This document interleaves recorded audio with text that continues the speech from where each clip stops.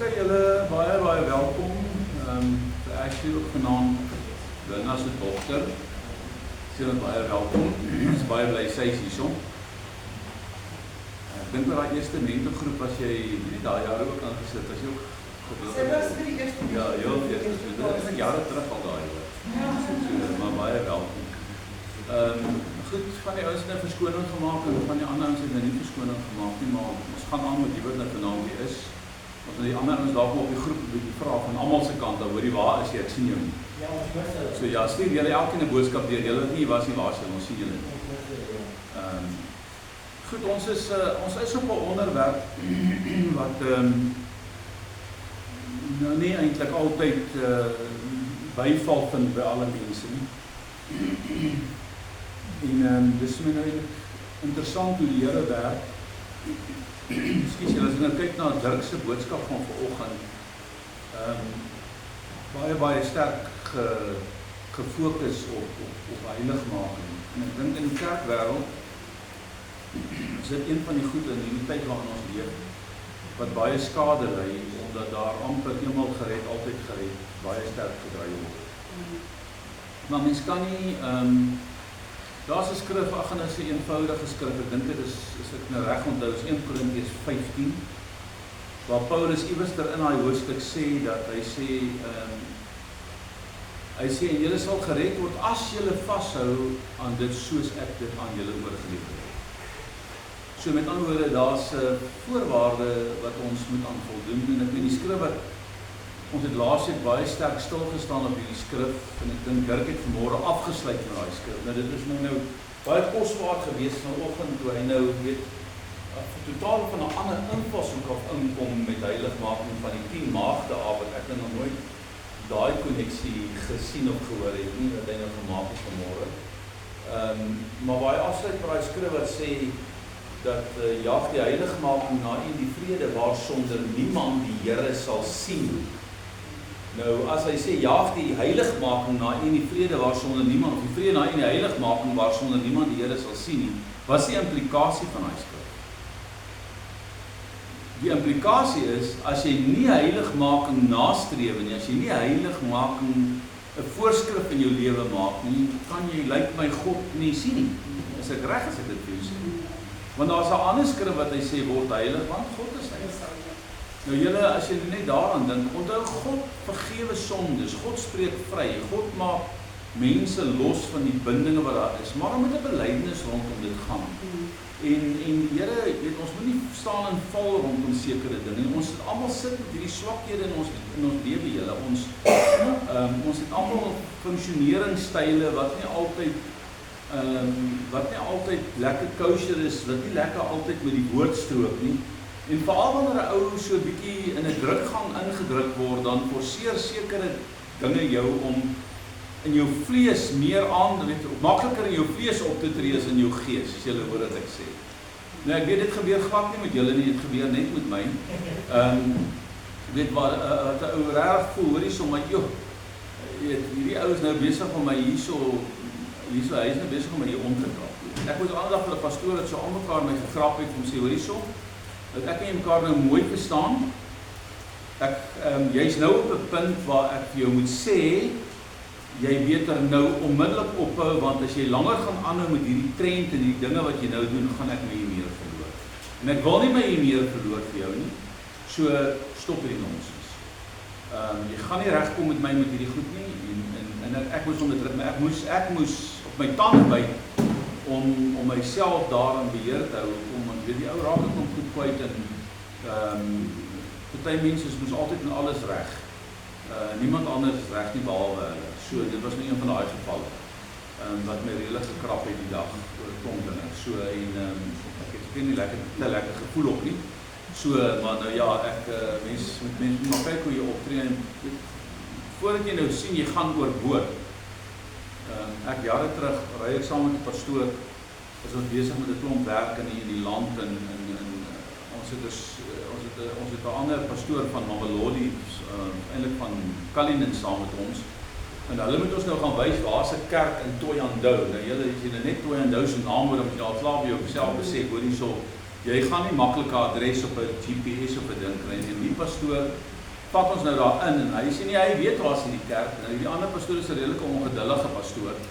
En nou ry ons en ons ry en ons het al daai dag 24 uur aan mekaar gery. So ons is moeg, ons is omgekrap en nou soek ons hierdie kerk en ons kry nie hierdie kerk nie en ons ry al in die rond, ons wees eens op dieselfde plek. Hy kry nie hierdie kerk nie.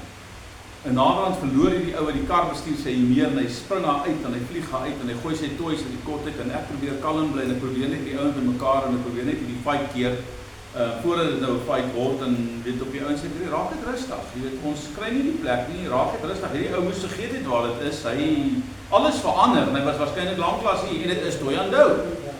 Jy weet so op die ou einde toe kon ons nou die hele ding kalm, maar toe ons nou die volgende week by die huis kom sien hierdie pastoor het ons hy toys uit die kot uit gegooi het, my toe sê hoekom het jy my nie gekeer nie?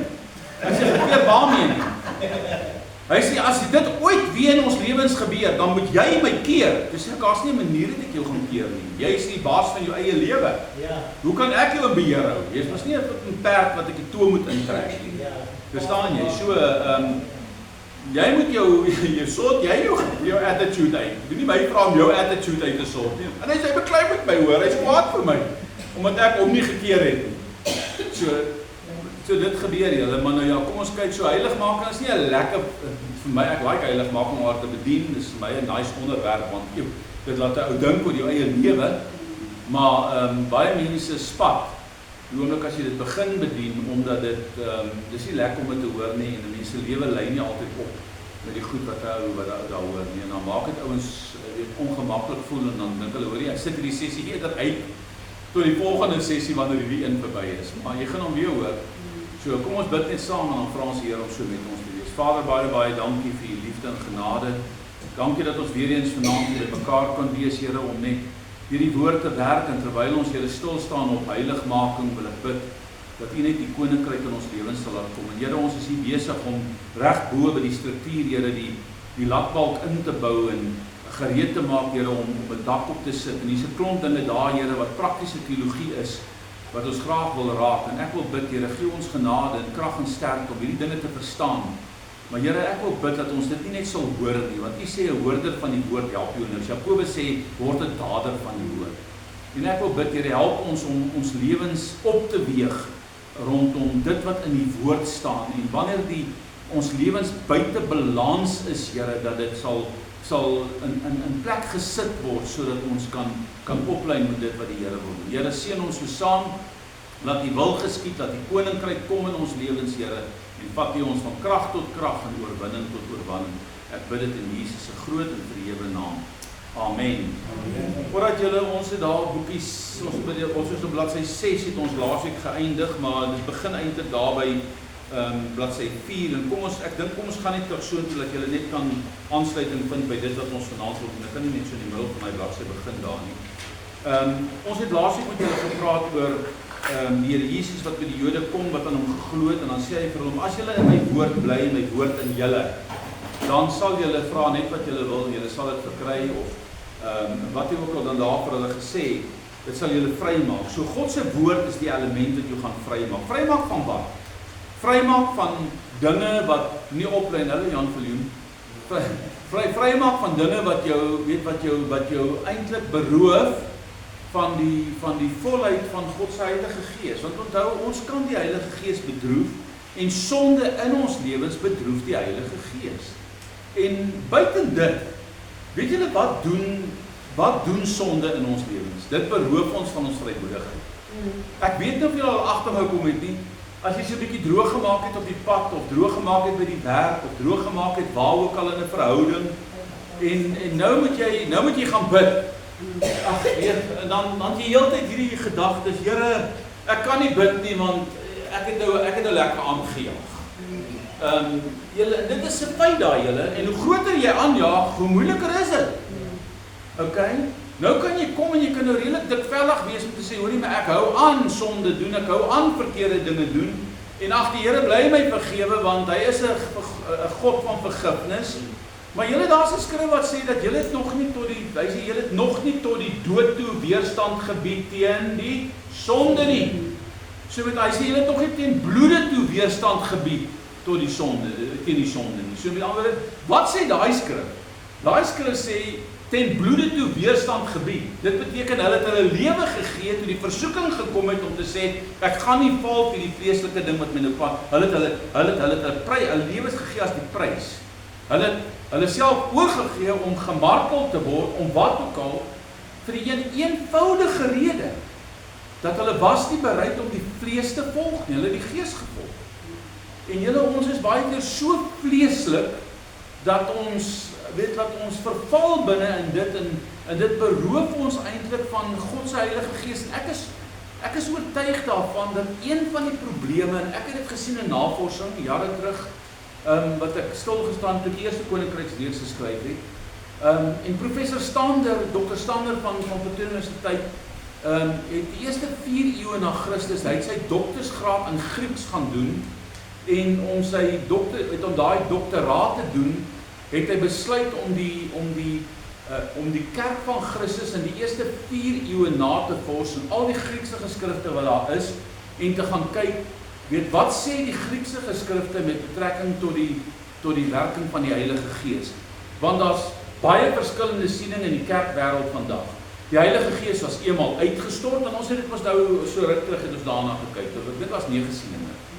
Is eenmal uitgestort en nooit weer daarna nie. Ander sê nee, dit is uitgestort en dit het verdwyn in die apostoliese era of na dit. Dan is daar 'n klomp sieninge en hy het gaan kyk, maar wat sê die geskrifte, want nou is daar 'n klomp boeke op hier raak wat praat oor dit en dan haal die ouens hulle haal 'n passage of wat hulle parafrase, hulle haal 'n gedeelte uit 'n geskrif en dan quoteer hulle daai sinnetjie wat daar staan.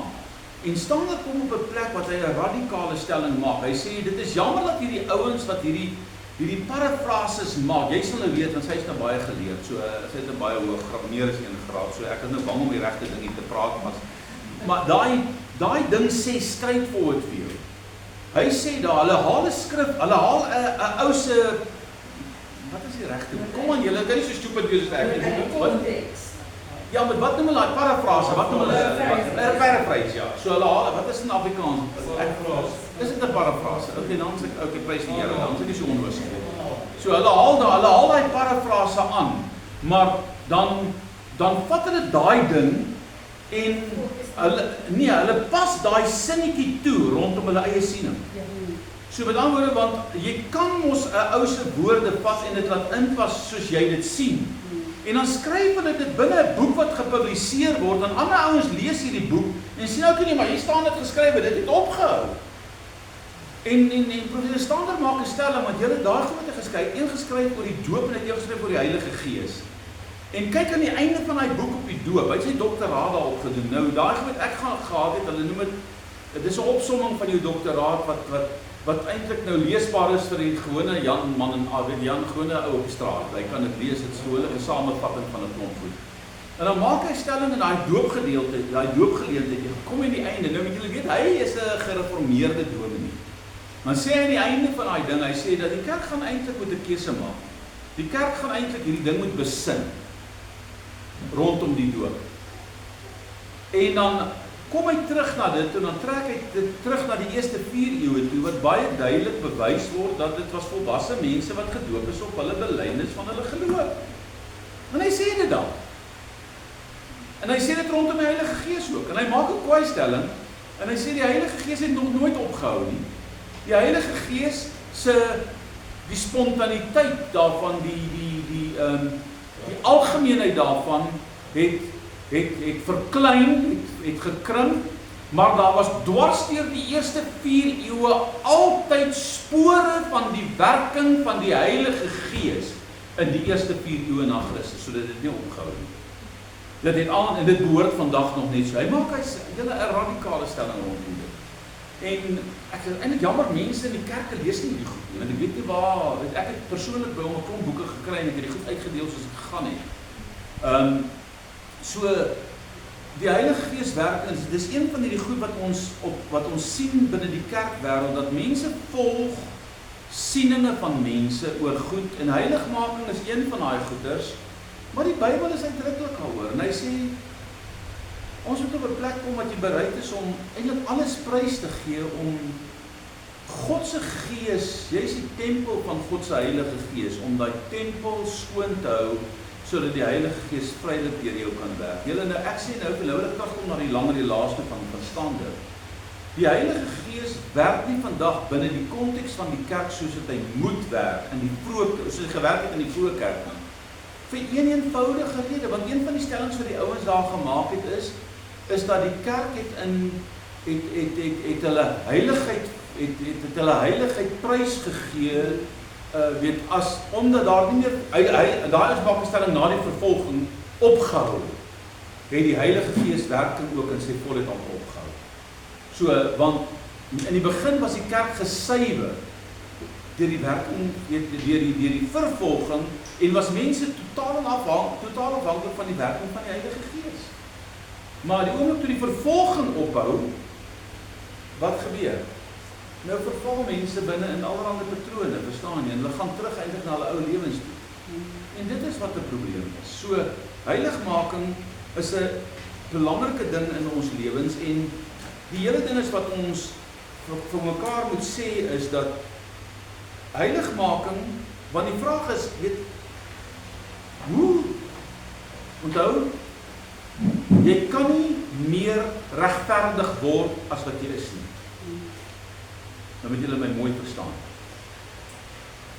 Hoekom sê ek dit?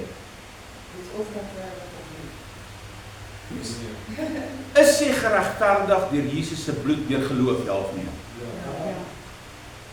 So met ander woorde, het jy geregtigheid ontvang deur Jesus se bloed, ja of nee? So kan jy meer regverdiger word. Hoor jy wat ek vir julle sê? Dit klink nie aan, dit klink amper wat nou nonsens praat, en daar praat ek nonsens. Jy kan dalk weer regverdig, maar ek kan dit nie sien nie.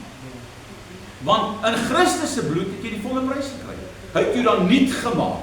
Hoe nuwer wil jy word? Okay? Jy het 'n nuwe skepsel geword. Hoe nuwer skepsel wil jy wees? Jy is dan nie. So wat kan jy word?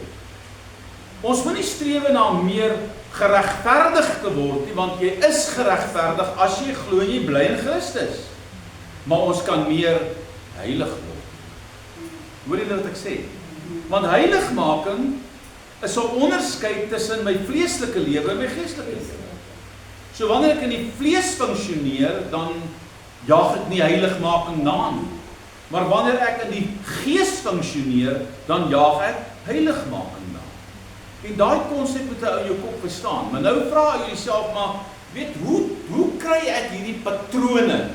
Want dit is eintlik waarmee ons sukkel. Want nou is jy groot gemaak in 'n milieu. Jou pa het so patrone gehad en nou word jy groot en jy sien dit. Jou ma het sulke patrone. Die vrouens het nie patrone, is net die mans. Jy weet, nou leer jy daai goeters. En nou kom jy op 'n plek in jou lewe wat jy so waar dan kyk en dink jy, Here, maar hierdie goed kom gebeur en ek wil nie eintlik hê dit moet gebeur nie. Wie van julle sit met 'n gedragspatroon wat jy is jy wil nie daai ding hy moet kort surface. Kom aan, is daar so iemand hier? Ja, julle ons almal. Jy weet, as ek redelik onder druk verkeer, dan raak ek redelik stom. Verstaan jy, ek kan nogal bombasties oorkom, dan nie dat ek wil nie, maar ek doen. So die oomblik as jy my in 'n blik druk, dan gaan ek in opstand kom. Hoekom? Want ek het 'n pa gehad wat baie gedrink het. En elke keer as hy gesyp was, het hy jou in 'n blik geforseer. Hy het jou gevloek en geskel en geskreeu en gewat ook al. En dan moet jy op 'n manier survive. En die enigste manier hoe jy se kind is hoe jy kan oorleef is jy leer 'n gedragspatroon aan. Hulle noem dit 'n coping meganisme. Okay? Daarom kry jy baie keer in 'n huwelik wat nie werk nie. Nee, kom ons sê in 'n huwelik waar daar 'n bietjie golwe is, kom ek moet eerder so. Dan sal jy sien die oomblik as hierdie huwelik nou so 'n bietjie grondpad begin ry, dan kan jy gaan kyk die man verloor hom binne in die garage. Hy trek hy trek nie uit nie, maar hy gaan spandeer maksimum tyd daar in die garage, werk op al die masjiene, hy maak houtwerk en laat ek net kan wegkom van hierdie geneel af. Okay? Ja, die Bybel sê die geneel van 'n vrou is soos is baie erger. Jy kan eerder op die hoek van 'n dak sit as om te luister na die geneel van 'n vrou. So. En julle weet hoe lyk 'n nok van 'n dak. Dis die ander een. Ja, dis die ander een. Dis aan mekaar toe. Jy hoor dit. Asseblief vrouens, moenie dit doen nie, hoor. Dit irriteer die manne. Dit laat hulle in die garage sit. So, nee, maar die manne het hulle eie triks, glo my vry. Hulle het hulle eie triks. Maar, so, luister nou mooi wat ek vir julle sê. Ons moet, as ons gaan kyk na die woord van die Here, rondom goed wat vasgelees in my persoon oor tyd. My ou lewe is nie my nuwe lewe nie. So daar is gedragspatrone wat moet verander. Ek het baie gevloek. Nou kom ek tot bekering. Kan ek dan maar net aanhou vloek? Nee. Maar dit is al van jou. Jy vloek vir elke tweede ding, verstaan jy? Nou kom dit uit, sodat jy jou kan keer. So hoe doen jy dit? Jy moet dit kondisioneer. Jy het vinnig kwaad geword. Nou sê die Bybel, moenie kwaad word nie. Okay? Ja, hy sê, nie Sondag nie, maar hy sê ook daar, wees stadig om kwaad te word. Okay, so. As kwaad word sonde was, dan is dit nie gekruis. As wat? Kwaad word sonde was, kom Jesus nie gekruis word. En hy kwaad word vir mense in die tempel. Nee, kwaad word is nie die sonde nie. Maar ons van hy sweep nou begin vleg as jy ons nie die skrif begin ken nie, hoor. Maar onthou, dit gaan oor my reaksie, dit gaan oor jou optrede. Maar ek noem nou hierdie ding vir julle, hoekom want ek wil julle moet verstaan, waar moet dit verander? Jy weet, my hart moet verander. Jou hart gaan nie verander. Waar begin die sondeval? Die feit is hier. Die geveg is tussen die ore. So met ander woorde, om enige sonde gewoonte in my lewe te oorkom, moet ek my oriëntasie met betrekking tot daai sonde verander. Ek moet gaan kyk hoekom ek dit doen, wanneer ek dit doen en wat sê die woord daaroor. Okay? Want anders dan gaan ek nie oorwinning daaroor kry nie. So ek moet myself kondisioneer binne die wil van God. En waar is die wil van God? Binne sy woord. Dis daai storie wat ek nou net vir julle gelees het. So, hoor wat sê, en ek wil nou terug gaan na ons basisskrif vir herbou sy huis, en julle woord om nou al lekker te ken, Hebreërs 6 vers 1 tot 8, en ek wil vir julle daai gedeelte nou lees jy die woord uit, want daar's 'n belangrike ding daar wat ek sien.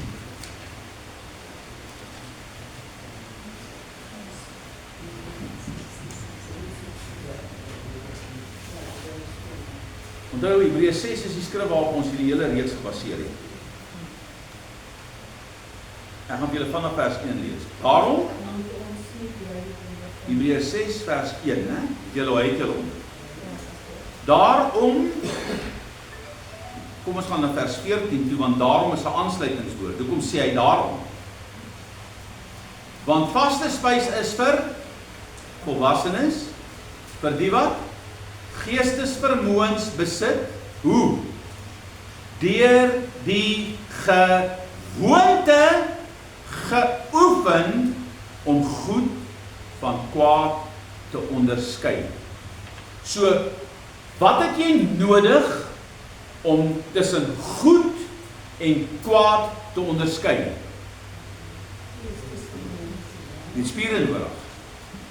Okay? Die geestelike spiere nodig. Dis wat daar staan. Jy moet deur die gewoonte ingestel wees, ingeoefen wees, om te kan onderskei wat is reg, wat is verkeerd, wat is goed, wat is kwaad. Wat gaan jou aftrek, wat gaan jou bevorder. So kan jy sien, dit is hierdie konstante konflik tussen jou vleesmens en jou geesmens. Want Jesus sê, dit is onvermydelik dat die struikelblokke gaan kom. Die duiwel gaan kom met versoekinge. Die duiwel gaan kom met een of ander ding om jou van stryd te maak. En ons praat nou daaroor. Die Bybel sê op 'n plek, hy vermom ons soos die engel van die lig.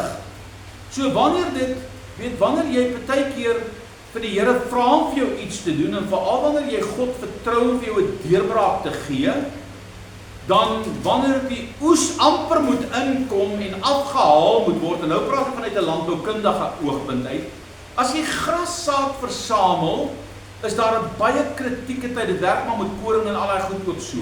As die saad te groen is, verloor jy kwaliteit. As die saad te ryp is, dan val dit uit die aar uit. Dan verloor jy opbrengs. So kan jy sien, jou tyd van oes is uiters belangrik. So jy kan nie net oes wanneer jy wil nie, jy moet oes wanneer die tyd gereed is. Nou wanneer daai tyd gereed raak vir jou om binne God se koninkryk in jou geesmens te oes, wees hy wat ook al, dan weet die duiwel nie, want hy sien jou verandering, en wat doen hy? Nou kom hy met 'n triek, hy kom met buite die tydsbestek van wanneer dit moet doen. So, waak en bid, en ek gaan dit by een van die sessies wat ons gaan hanteer oor finansies, gaan julle dit baie kwai sien, hy is baie geneig om dit daar te doen. Want jy verwag die Here vir 'n deurbraak, en jy bid die Here vir 'n deurbraak, en God kom en hy lyn jou op vir daai deurbraak, en die oomblik wanneer daai deurbraak amper daar is, dan kom daar 'n misleiding. En as jy daai misleiding volg, dan verloor jy die oes. Verstaan jy? So, en dit is wat ons baie oplet voor. Nou kom hy, nou sê hy vir hom, julle kan onderskei die wat geestesvermoëns besit, 'n volwassenes in die Here. Nou sê hy, daarom moet ons nie bly by die begin van die prediking nie, want jy moet aanleer om geestesvermoëns te kry. Daarom moet ons nie bly by die begin van die prediking aangaande Christus nie. Hier is ons skrif wat hierdie hele reeks op gebaseer is, maar ons moet na die volmaaktheid progressief voortgaan, sonder om deur die fondament te lê van bekering uit dooie werke, die geloof in God, van die leer van die doop, van die handoplegging, die opstanding uit die dode, daar's daai 6 dinge, en die ewige oordeel. Maar hoor vers 3. En dit sal ons doen. Hy sê nie dit is onbelangrik nie. Hy sê nie dit het verval nie. Hy skryf hier, hy sê dit gaan ons doen, dit sal ons doen as God dit toelaat. So met ander woorde, wat sê hy? Julle mense wat tot bekering gekom het, julle mense wat julle laat doop het, julle mense wat tot bekering gekom het, julle mense wat in die geloof staan, julle mense wat julle laat doop het, julle mense wat gevul is met die Heilige Gees, julle mense wat kennis het oor die wederkoms van Christus, oor die opstanding van die dode, julle mense wat kennis het oor die nie net die wederkoms nie, wat is die laaste woord wat hy so sê, die ewige oordeel. Hy sê, jy kan nie daar bly nie. So waar moet jy heen gaan dan? Wat wil hy hê moet ons word? Ons het hierdie skrif baie hanteer julle, reg aan die begin.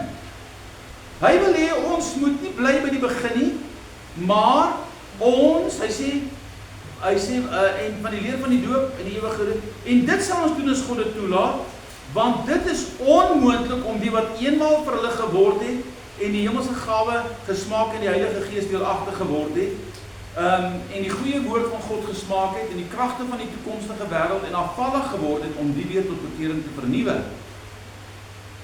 Wat is die plek waarheen jy moet gaan? Hy sê dit hier voor. Ons moet na die volmaaktheid gaan, wat in Christus Jesus is. So, as jy deur hierdie proses gekom het, daai 6 pilare, waar moet ek uitkom? Ek moet geestelike volwassenheid begin besit, sodat ek geestelik volwasse begin optree. Ek skryf aan julle kinders, omdat jou sonde vergewe is. Jy kan nie al bly nie. Ek skryf aan julle jong manne, omdat julle die bose oorwin het. Ek skryf aan julle vaders, omdat julle God ken. Die woord ken in die Grieks is yada, en is identies dieselfde woord as die Hebreëse woord wat sê Adam het Eva beken. So as hy sê moet God ken, dan bedoel dit dis 'n intimiteitsverhouding met die Here. So jy kan nie net kennis oor God hê nie. Jy moet God ken. Julle, ons kan kennis oor Mandela hê. Jy kan sy boek gaan lees. Maar ken jy Mandela? Nee. Jy sê jy hom persoonlik self ontmoet het. Ek gebruik hom nou as 'n voorbeeld, want dit is nou icon in ons land. Net so kan jy baie kennis oor Christus hê. Maar ken jy hom? Het jy hom ontmoet? Het hy met jou gepraat? Kan jy met hom praat? Luister jy na sy stem? Praat hy met jou? As dit nie daar is nie, dan moet jy begin kyk na dit. Okay? So, nou kom hy en hy skryf hier, sê, ons kan nie daar bly nie, ons moet tot geestelike volwassenheid gaan. Want dit is onmoontlik om die wat eenmaal verlig geword het en die wat die hemelgawe gesmaak het. Hy sê, en hulle raak afvallig om die weer tot die lig te vernuwe, om die weer tot bekering te vernuwe, omdat hulle ten opsigte van hulle self die seun van God weer kruisig en openlik tot skande maak. Julle so, as ons bly moetswillig sonde doen, wat sê daai skrif doen ons? Ons bedroef die Heilige Gees, ons verloor ons intimiteitsverhouding met God. Okay? En ons maak Christus eintlik tot skande. Hoekom? Want hy sê, ek het jou 'n nuwe skepsel gemaak. Nou gaan jy deur die bad van wedergeboorte, maar jy bly oud. En wat sien ander mense? Julle, dit is eintlik die sleutel. Ek weet nie of julle al agtergekom het, die nuwe bekeerlinge is die ouens wat die beste evangeliseer. Ek praat van ouens wat regtig tot bekering gekom het. Hulle keer die wêreld om. Vir een eenvoudige rede. Hulle sê vir almal wat moet hulle gebeur het? En die mense wat om hulle leef, sien hierdie radikale verandering in hulle lewe. Hulle vra, hoorie, wat het met hierdie ou gebeur? Wat het moet, weet, hoekom lyk jy so 'n bietjie anders? En die oomblik is dat sê, weet jy, ek het die Here gevind, ek het tot bekering gekom. Hulle is nie skaam om te sê nie. Hoekom? Want jy sien God se bekeringskrag binne 'n ou se lewe werk. Maar baie mense kom uit op 'n uitnodiging, hulle gee hulle harte vir die Here, maar hulle lewe bly waar hulle is. Hoekom? Omdat hulle nie heiligmaking nastreef nie. Hulle besef nie hulle moet vrykom van hulle verlede nie, hulle besef hulle moet vrykom van hulle ou mens van sonde nie. Want hy het jou uitgehaal uit die koninkryk van die duisternis en hy het jou oorgebring na die koninkryk van die lig van sy seun. So jy kan nie in die duisternis bly lewe nie. Maar julle, wees nou eerlik. 'n Gedragspatroon verander nie oornag nie. Okay? Jy het tyd nodig. Jy's nuut gemaak. Maar nou moet jy begin werk aan daai dinge en dis waar heiligmaking kom. Al hierdie nonsens, al hierdie gedragspatrone wat nie oplei met God se wil nie, moet ons uitgesorteer kry. Nou sê hy hierso in vers 8. Maar want die grond, ek wil vers 7 lees. Afvallig geword het om die wat eenmaal bekering vernuwe, omdat hulle ten opsigte van hulself die seun van God weer kry. Hoor vers 7. Want die grond, is julle hierdie is 'n kwaaiskrif. Want die grond, dit is 'n landbouskrif, want die grond wat die reën indrink, wat daarop val, nou hier so dit gisteraan kwaai gereën, ek het nie by julle nie, hier het kwaai gereën. Okay, het daar nie oor stop gereën, want gewoonlik reën het waar die mense redelik bid, so ek wil net seker maar bid hulle daai kant ook, het het daar in Wyverley gereën. En hulle bid ook, so, van nie Pretoria Noord en ons verlang nou nie sê. Ja, sê, julle gesien, iewers dat hulle is nie gebid nie. Okay, waar is hy reën heen? Dis wat hierdie skrif sê. Nou hier is turf julle, die turf, die water lê op die grond en hier die inrypad is nou al hard gery, soos jy nou hier afry baie modder tot hier onder. So, hoor wat sê die skrif? Hy sê, want die grond wat die reën indrink, wat dikwels daarop val. So wat doen die grond met die reën wat gereeld daarop val? Drink dit in. Nou as dit winter raak hier by ons, veral onder na die rivier toe, dan het jy redelik, ek sê altyd, ek spot al en sê, jy het veiligheidsgear nodig, hierdie ouens wat rotse en goed klim, om net oor die krake van die turf te loop, want dit raak redelik wyd daaronder, dit trek, as dit droog word, trek die grond weg en dit maak regtig te fris krake. Dus kom huise op turf, beweeg, die mure kraak, jy kan amper ou binnekant staan en groet hierdie ou buitekant, né? So, kleigrond dra water, maar kleigrond beweeg strukture. Okay. Nou kom hierdie skrif nou sê hy, die reën val dikwels op die grond, en wat doen die grond daarmee? Hy drink die water in. So as dit nou goed reën hier by ons, as dit begin reën, die eerste 2 reënbuie maak dit niks, maar as dit so 'n bietjie aan mekaar begin reën, dan sien jy hoe daai kraak het letterlik toegaan. Jy sien dit. Jy sien hoe beweeg hierdie hek. Jy sien hoe beweeg goed wanneer die grond begin nat word, weer wanneer dit keer terug na sy ou formaat toe, né? So die grond neem water op en hy absorbeer die water. Nou hoor wat sê die skrif daar. Hy sê wat gedurig daarop val. En dit bring nuttige plante voort terwille van hulle vir wie dit ook bewerk word. Het deel aan die seën van God.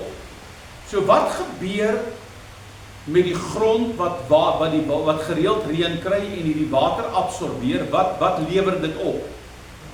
Dit lewer plante op wat 'n vrug na vore bring. En hierdie skrif sê dis 'n blessing van die Here. Okay? Nou julle, nou gaan ons terug. Hy sê, maar as dit dorings en distels oplewer, deeg dit nie en is naby die vervloeking, die einde daarvan is verbranding. So dieselfde grond wat die reën ontvang, en julle kan dit net die afstappe gaan kyk, jy. Hieronder is gedeeltes wat al skoon was die afgelope paar jaar, maar met hierdie kwaai reën wat ons hierdie jaar kan ons nie nou inkom met masjiene nie. En nou staan die gras nie goed letterlik al so hoog. Hoekom? Want daai selfde reën wat hier geval het daar ook geval. Hier bewerk ons dit, ons pas dit op, ons bewerk dit. Daar, dis te groot, ons kan nie uitkom nie. So wat gebeur? Dit lewer distels en dorings en al die lande onkruid op. So kan jy sien, hierdie is 'n tipiese voorbeeld van ons hart. Wat bedoel hy as hy sê die grond wat die reën ontvang? Ek en julle ontvang kom ons noem dit gereeld, soos hy dit hier sê, die woord van die Here. Iemand deel dit met jou, jy luister na 'n preek, jy luister op YouTube, jy's in die kerk op 'n Sondag, jy's vanaand hier, jy hoor die woord. So waar gaan hierdie woord heen? Dit gaan hier in. Dit kan een van 2 dinge doen. Kan hier ingaan en hier uitgaan. En ongelukkig werk dit nogal baie gereeld so. Okay? Of dit kan hier ingaan en dit kan hart toe gaan. En die oomblik wanneer dit hart toe gaan, dan begin transformasie plaasvind. Want transformasie vind in jou hart plaas, maar waar is die vertrekpunt? Jou ore. Jy moet dit hoor. Geloof kom deur die gehoor en gehoor deur die woord van God. Hoe kan hulle glo as hulle nie gehoor het nie? En hoe kan hulle hoor as daar nie een is wat preek nie? Okay? So ons hoor die woord. Maar ek het 'n keuse. Wat maak ek met daai woord? Gaan ek die woord vat? Dis hoekom ek het dit al baie gehoor. Dan kom jy uit die kerk en dan het ek 'n woord gepreek en dink ek by myself, is die Here se teenwoordigheid regtig, ek het kwaai gevoel. 'n Ou kom vanmôre by my en sê vir my, ek wil vir sy verlede week se woord, hy sê ek het die hele week gehuil. 'n Ou. Hy sê ek het die hele week gehuil. Ek sê nou hoekom hy die hele week? Hy sê die woord het my so diep getref. Nou julle, ek het die vorige week het ek self gehuil oor hy selfe woord. Want dit het my ook diep getref. So ek het gekry. So die woord tref jou hart. Maar dan is daar ander ouens, jy het 'n bietjie lank gebreek. Okay. Niemand as jy gaan nooit almal weet. Hoekom nie? Want waar gaan die woord heen met inkom? Waar gaan hy woord heen? Hy gaan heen, uit. Oop kanaal. Okay? Ek dink die Goggas het die gedeelte tussenin 'n bietjie gepreek op die mure of iets, ek weet nie wat nie, so daai huis daar, hy gaan reg hê. Dis oop. Nee julle, dis wat die skrif sê. Ontvang die woord en maak dit saam. Drink dit in en dit gaan vir jou 'n blessing na vore bring. Wanneer 'n bekeerde mens nie met volle oorgawe begin om God te dien nie, dat sy sê staan aan die onderkant, kan die gedagtewêreld van so iemand hom terugtrek na die gedragspatrone van die ou mens van sonde. Want onthou, jy het nou net niet geraak. Maar daai patrone is, kom ons sê ek was 21 toe tot bekering gekom het. So vir 21 jaar was ek opgevoed met sekere gedragspatrone wat nie altyd strook met die woord. Ja, daar's ander wat kon strook met die woord. Nou moet ek hierdie goed wat buite orde is, moet jy hanteer. En dit gebeur nie dadelik nie. Jy moet besluit om dit te doen. So, as jy nie jou gedagte gaan beheer nie, gaan die duiwel jou gedagte begin beheer. Okay? Jou ou gedragspatrone van die ou mens van sonde moet jy aflê, sodat jy in die nuwigheid van gees kan begin optree. By implikasie beteken dit dat daar baie herprogrammering in jou gedagte wêreld of jou denkpatrone moet plaasvind nadat ons weer gebore is. Julle praat 'n bietjie met hierdie manne wat op die straat staan. Ek het dit al baie gedoen. Dan sê ek, wat is jou grootste behoefte? Hy gaan vir jou dadelik sy kos verblyf. Hy gaan vir jou dadelik kom met daai basic beginsels. Dis nie sy grootste behoefte nie. Sy grootste behoefte is God. Want die feit dat hy is waar hy is omdat hy iewerster nooit geleer het, die geleentheid gehad het, of wat ook al. Hy het groot geword in omstandighede wat hy net nie iets anders, 'n ander lewe ken nie. Okay? Hy was dalk verwerp deur sy ouers, deur sy pa of deur iemand, en onder groepsdruk het hy geval onder die omstandighede waarin hy is. So, moenie die ou net oordeel op face value. So, wees sensitief julle, wanneer ons met 'n ou deel. Want ons sien daai ou so, maar dis nie die mens wat God sien nie. Daar's 'n besetene van Gadara. Die Bybel sê hy was so kwaai dat niemand het op my pad geloop nie. Want almal wat op my pad verbygaan, het hy die kettinge waarmee hulle hom bind gebreek en die mense oorrompel en hulle aangeraam. So niemand was almal bang vir hom. En hier klim Jesus uit die boot uit met sy disippels, en ek dink hulle het in hulle kop gedink, Here, ek hoop jy weet waar jy is. Ons is nou in die area van Gadara, en daai perd loop hier rond in die grafte, hy is hier, en hy roep uit, en niemand kan hom tem nie, sê die Bybel. En hier kom hy. Hulle ontmoet hom. En wat doen Jesus? Hy bevry hom. Julle dink net, in daai een oomblik, die Here sien nie hierdie swakheid van hierdie mens nie, hy sien hierdie omstandighede, al wat hy sien is hoe die duiwel 'n mens vernietig het. En jy weet, hier in Pretoria Noord, vir julle wat daar in President Steinstraat bly, daar's 'n ou swart vrou daar. Sy bly daar by die reglik aan die stafselgarage. Sy is 'n Sangoma, haar kopraas.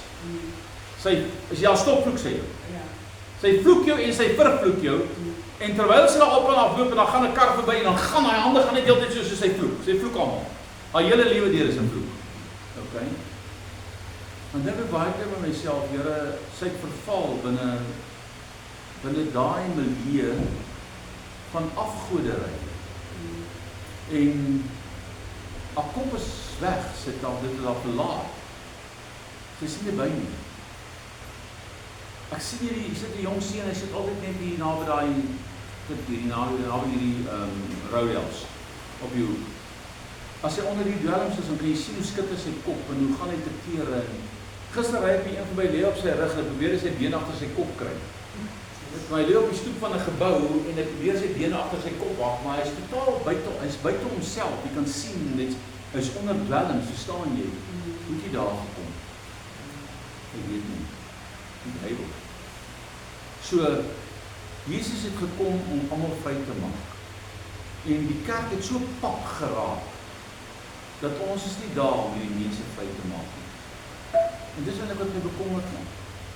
Hoekom, ja, onthou, dit bly 'n persoon se keuse, en ek het al met hierdie mense gewerk, ek het al in Hilbrow ingegaan, ek het al met hulle gewerk. En dis is nie 'n maklike ding.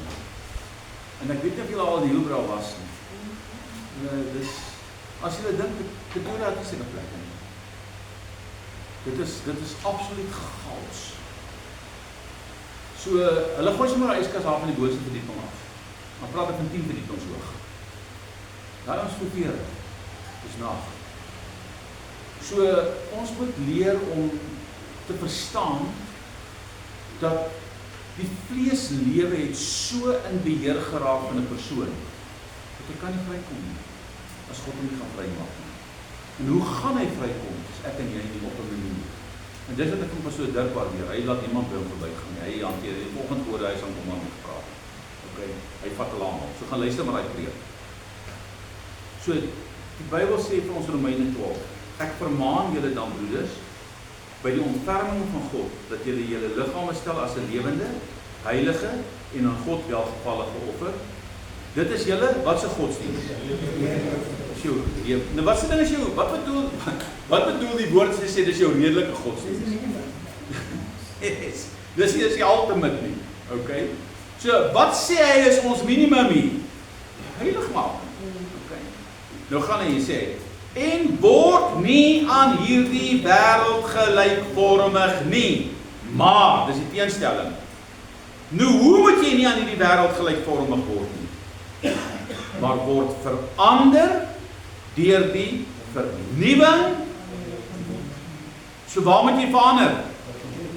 So waar is die feit? Jou kop. Hoe die sondeval plaasgevind? Waar het begin? Toe sy sien dat die vrug goed was, het sy daarvan geneem en geëet. Maar sy word geïndoktrineer deur haar ore, deur die duiwel se inspraak. En hy sê vir haar, "Joe, my vruggie is mooi." My vrug was nog die hele tyd daar. Hy was nog altyd mooi. Okay?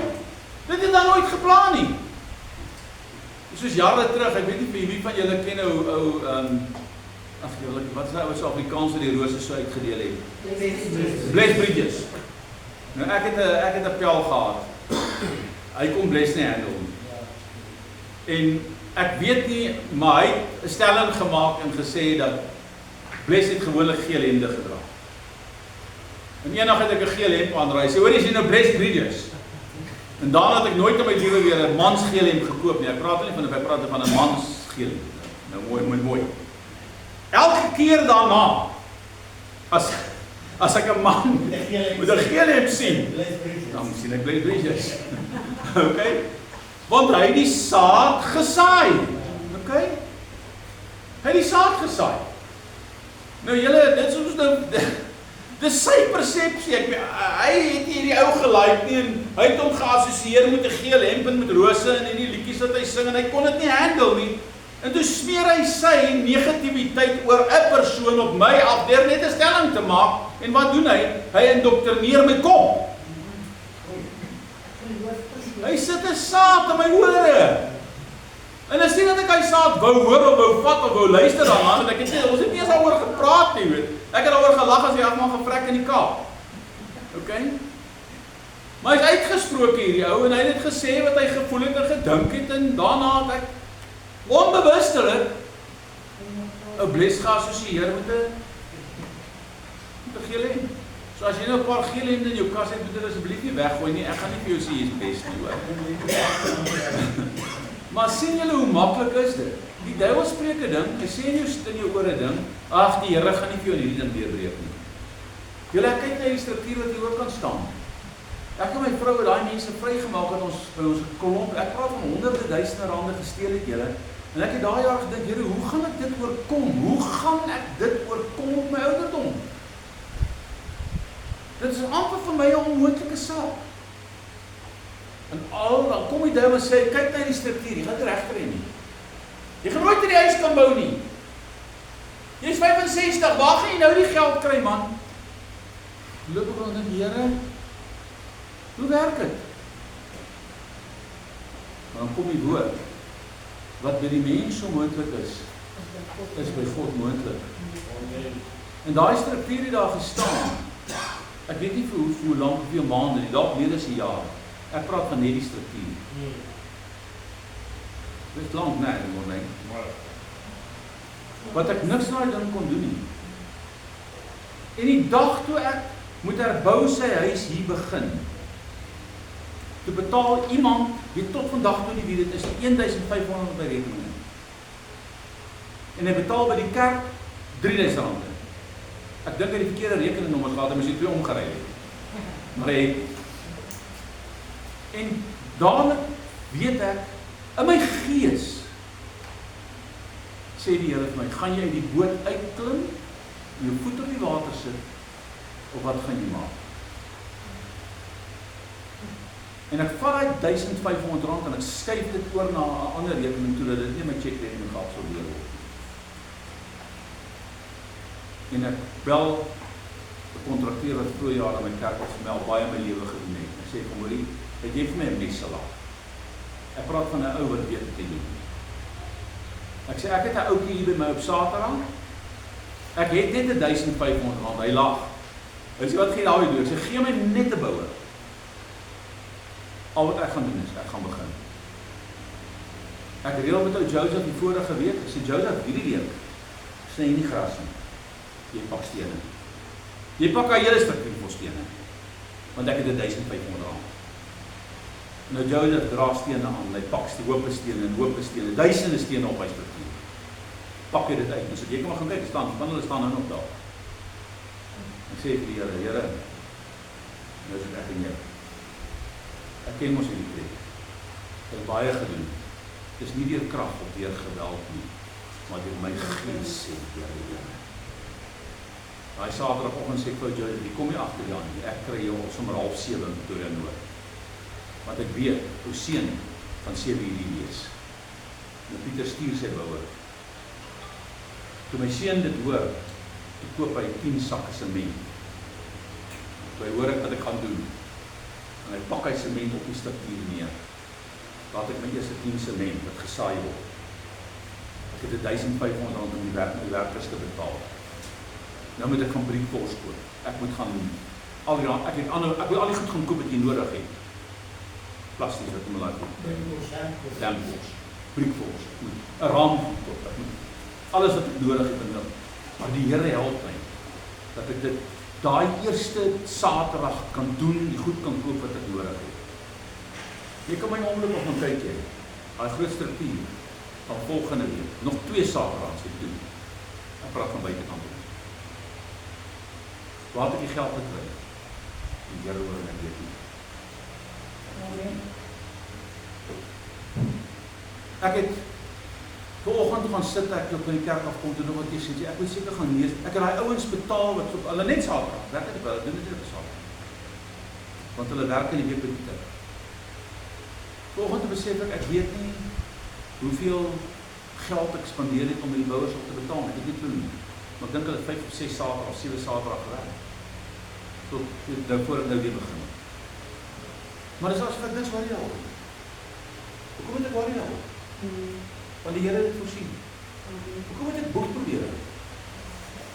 Want die Here het dit voorsien. Op 'n manier kon ek dit doen. Hoekom? Want ek het nie geluister wat die duiwel vir my sê nie.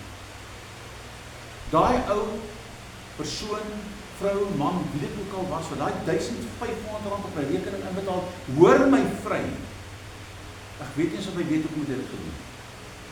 Hy het geweet ek bied hierdie goed hier aan en hy het seker gevoel, hoorie so iewers moet iemand hier vir goed vir die werk hier. Want omdat die goed wat geskryf word is so. Kan iemand hier wees kyk maar by wie weet nie, ek weet nie. Maar die Here weet hoe dit is. Maar daai ou het die saad van geloof in my hart losgemaak om my huis te bou. Net daai 1500 en ek het begin. So kan julle sien hoe werk die Here. Maar wat ek hoor. So pas op. Want die duiwel werk met woorde. Hy sê vir Jesus staan daar nie geskrywe nie. Eva, kyk hoe mooi is hierdie vrug. Paulus skryf hierdie woorde tot die broeders. Hy skryf tot die kerk. Hy sê ek vermaan julle hiermee om te waak teen sonde deurdat ons daagliks moet ag gee op die verandering van ons gedagte. Efesiërs 4:22 sê Paulus. Dat ons met betrekking tot die vorige lewenswandel en ouer voor ons bekering die ouer mens gaan kyk wat sy woord wat hy gebruik moet af lê. Kan jy sien daar's 'n progressiewe beweging daaraan verbonde. Dit is 'n ding wat konstant moet plaasvind. Hoekom? Want die ou mens van sonde wil die heeltyd terugkom. Die ou gedragspatrone wil die heeltyd oorneem. Dis 'n familiar spirit. Okay? Hy wil jou die hele tyd, julle, wat kom Paulus, daar's 'n plek in die Bybel wat Paulus vir Petrus vermaan. Het julle dit al gelees? Hy sê vir hom, jy is 'n, wat sê vir hom, wat sy woord hy gebruik? Kan julle nie onverstaan, hy sê vir hom, jy is 'n geveinsde. Hy sê, jou geveinsde Petrus. Nou, julle Paulus sê dit vir Petrus. Hoekom sê hy dit vir Petrus? Hy sê, want wanneer jy by die Jode is, dan tree jy soos 'n Jood op, dan is die besnydenis en daai goed oukei. Maar wanneer jy by die heidene is, dan tree jy soos 'n heiden op. Jy moet nou besluit, waar is jy? Jy kan nie op twee gedagtes hinker nie. Jy kan nie geveins wees nie. Kies, God het gekom vir almal.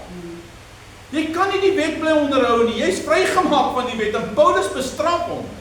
En Petrus neem nie aanstoot nie. Want op 'n plek gaan jy gaan kyk, dan praat Petrus, dan praat hy oor die apostel Paulus en die wysheid wat die Here aan Paulus gegee het. En dan besing hy Paulus se salwing en die krag van God wat op Paulus rus.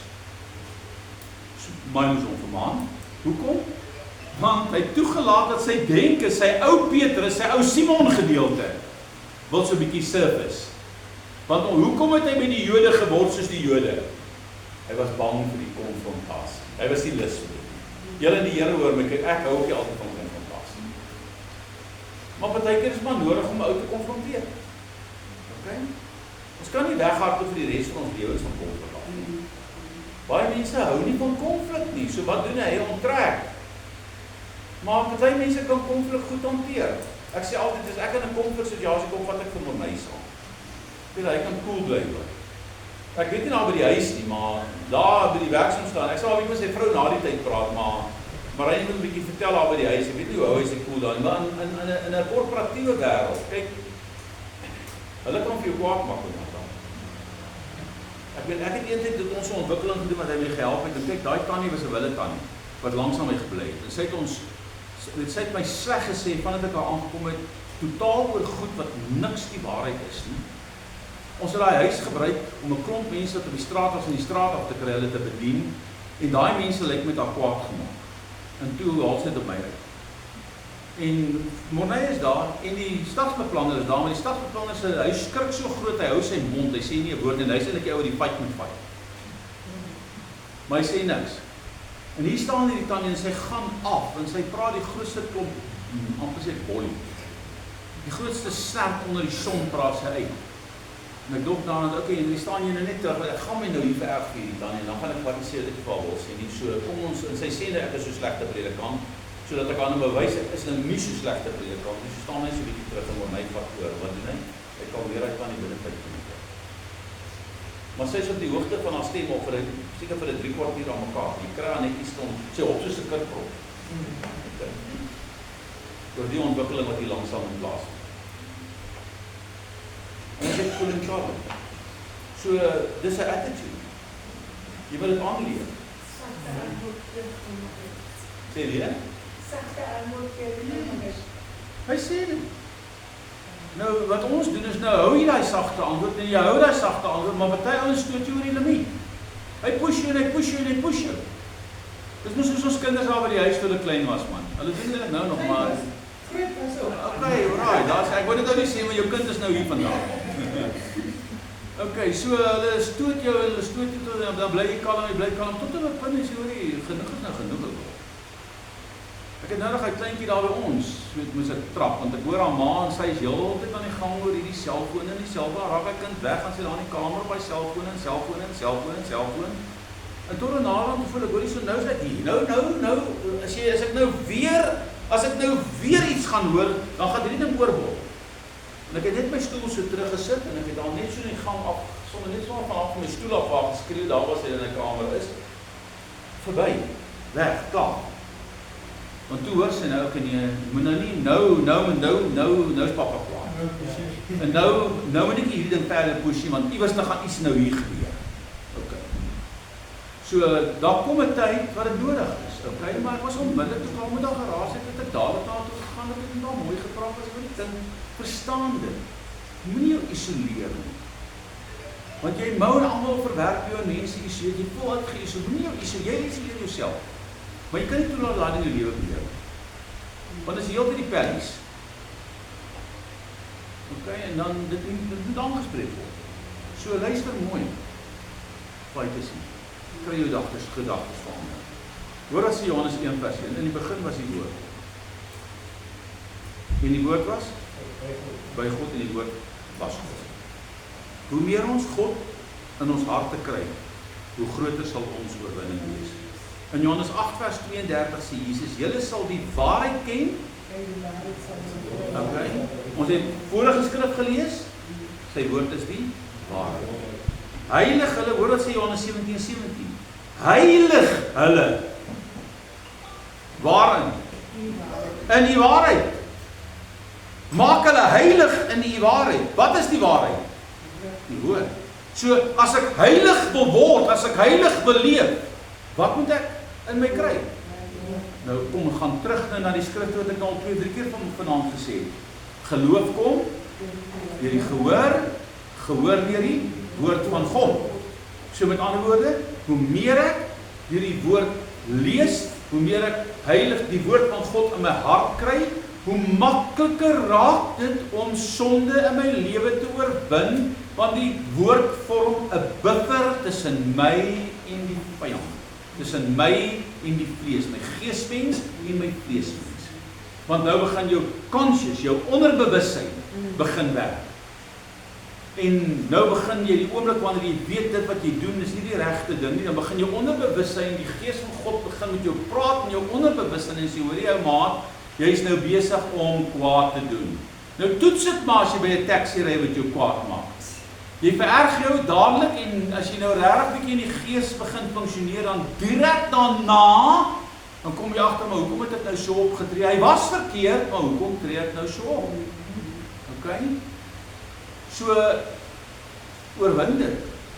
Jy kry 'n oortuiging van sonde, ja. Want onthou die Heilige Gees, wat is sy funksie in ons lewens? Hy oortuig jou van sonde, van geregtigheid en van oordeel. So as jy daai conviction kry, raak stil en sê, Heilige Gees, wat sê U nou vir my? Maar ek is net bang, dan gaan ek heeldag stil wees. Val as ek op die pad is. So, vat dit, dat die Heilige Gees jou rig.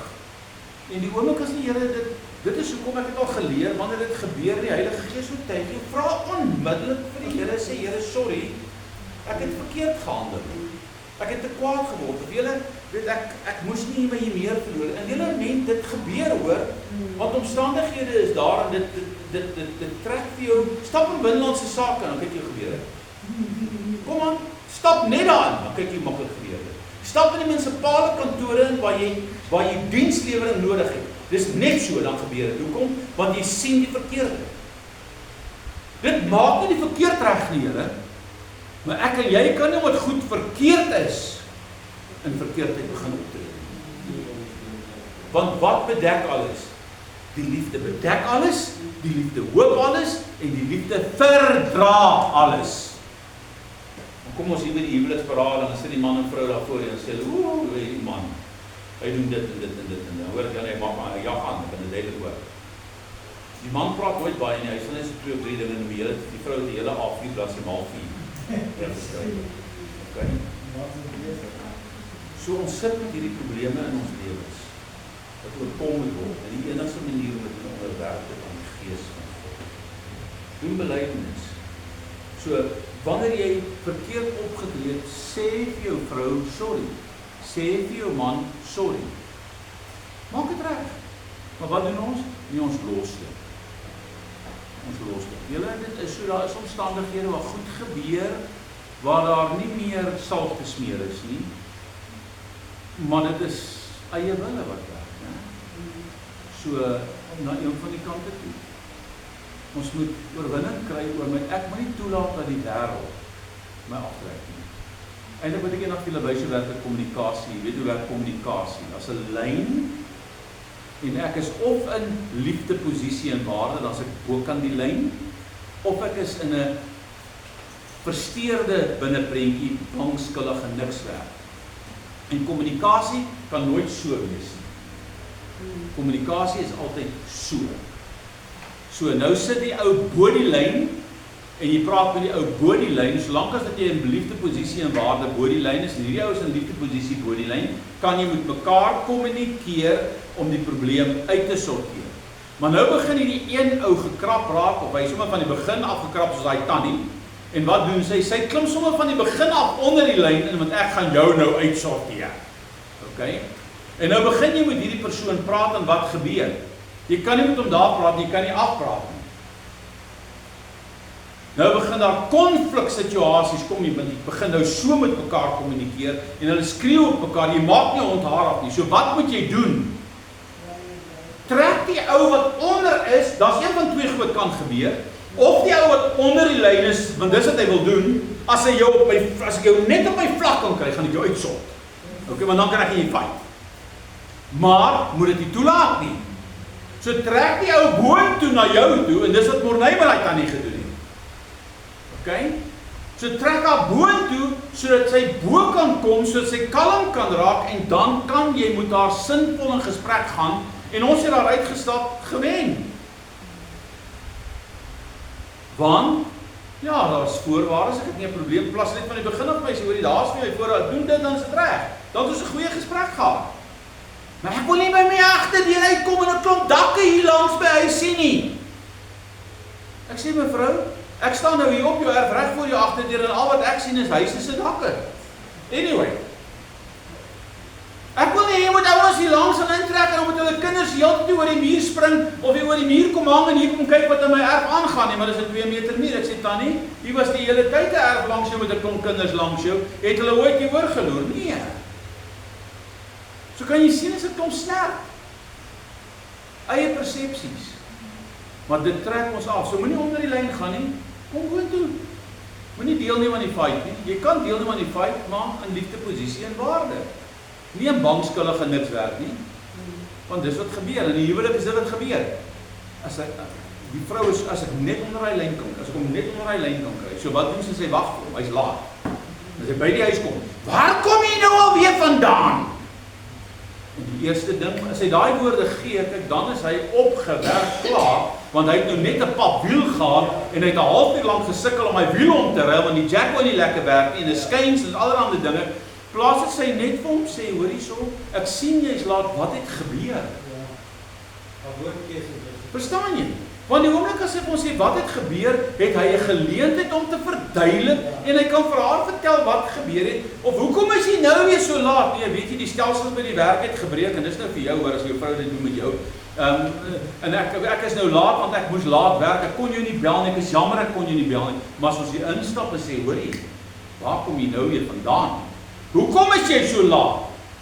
Kan jy sien, dit is 'n body language, dit is 'n gesindheid, dit is 'n attitude, en dit kom uit jou hart uit, en die oomblik wanneer dit gebeur, as dit fight daar. So bedink die dinge, kry jou brein uitgesorteer, kry jou gedagtes uitgesorteer.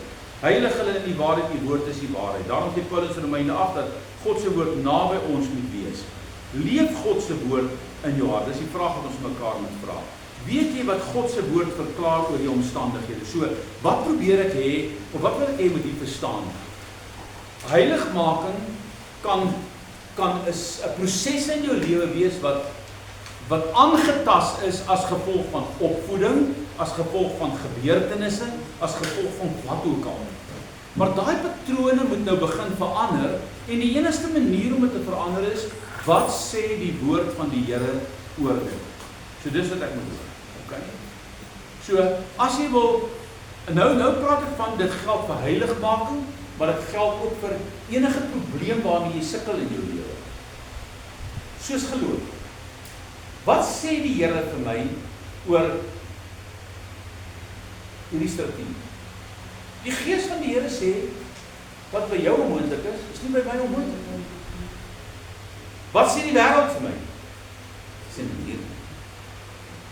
Weet jy vir ouens wat my gekom het sê, hoe is daai vloer wat jy in daai huis gaan sit? Daai ding gaan jou R1000 kos. Nou kan dit gebeur.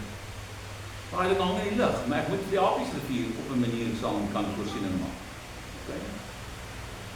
Dit is so. Maar die vloer is in, die dak is op. Jy begin het daar net 'n klomp staal, ek wou eintlik al afgehaal. En alles het skeef gehang. So, by God is dit moontlik.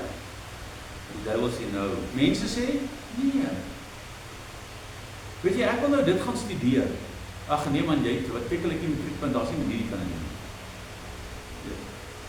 Pa, ek wil dit doen. Ek wil my eie besigheid begin. My laaitjie kom by my nie wat daar bly. Hy het kwai hard gewerk en hy het hom opgewerk by 'n ou wat in die elektriese bedryf was en hy het sy studies nou goed voltooi en hy het 'n klomp geld. Ek dink hy daai jare, dis 'n paar jaar terug, ek dink het hy sy bakkie afbetaal en met dit alles het hy iets soos R150,000 gespaar. En hy kom met my en sê, pa, ek is nou klaar met Chris, ek gaan nou my eie besigheid begin. Dit is so aan die einde van Desember, in die begin van Desember. Tot myself met kind. Ek sê, hoe gaan jy daai ding finansier? Hy sê, nee, ek het die geld, ek het dit by mekaar gemaak. R150,000 by ver kom nie maak. Is dit wat jy wil doen? Ja, dis wat ek wil doen. Met een van twee keuses. Of ek kan sê, het gaan nie werk nie. Of ek kan sê, ek gaan doen. As die Here vir jou, as jy voel, dis wat die Here vir jou sê, doen.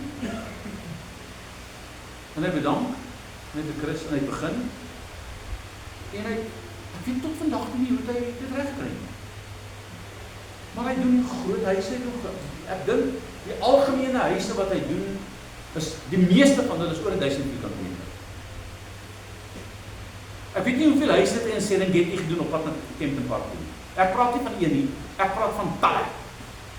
Hy het in Stein City het hy huise gedoen. Oralster, waar hierdie ryplekke is, het hy kontrakte. Hoe kom hy daarin? Ek weet nie. Die Here het vir my deure oopgemaak, maar hy het voet op die water gesit. Ok, maar daai kind was kwaai getrou in saai en maai. Hy het sy 10de gegee, hy het voertuie vir ander ouers gekoop wat nie 'n kar het nie. Hy het altyd bereid om te help waar hy kan. Hy het gegee. En mens sien die hand van die Here daarop. Maar hy moes 'n besluit neem. En ek moes 'n besluit neem. Gaan ek, want onthou vir my dit gelyk, hierdie is 'n gevaarlike storie. Ok, dit lyk nogal vir my of jy nou 'n bietjie wille, hierdie is 'n groot span. En vandag is briljant aan wat hy doen. So, moenie toelaat dat wat jou oë sien, kom ons sê wat jou sintuie waarneem, jou hele lewe beheer. Sy het met haar eie besigheid begin, 'n jaar terug, hoe lank terug is dit? 2 jaar. En sy het julle moes sê hoe bang was daai girl. Ja, sy was bang. Ok? Ek is ons weer bang. Maar sy het gebid en die Here het woord gegee. Dus sê by my uitkom as sy gelukkig al daar. Want as hy by my uitkom en sê, hoor jy, ek het hierdie woord van die Here, sê ek nou, just go. Daar's geen berading of niks aan te doen. Daar's verder niks te sê nie, want die Here het gesê ek sal. Ok? As hy by my aankom en sê, hoor jy, wat sê die Here? Daai raak 'n moeilike ding. Maar dan moet ek by die Here hoor, wat sê die Here vir hom. Ok, miskien kan die profete dit doen. Ek weet nie, baie profete wat goed vir mense sê, maar ek weet nie altyd die profeties reg is.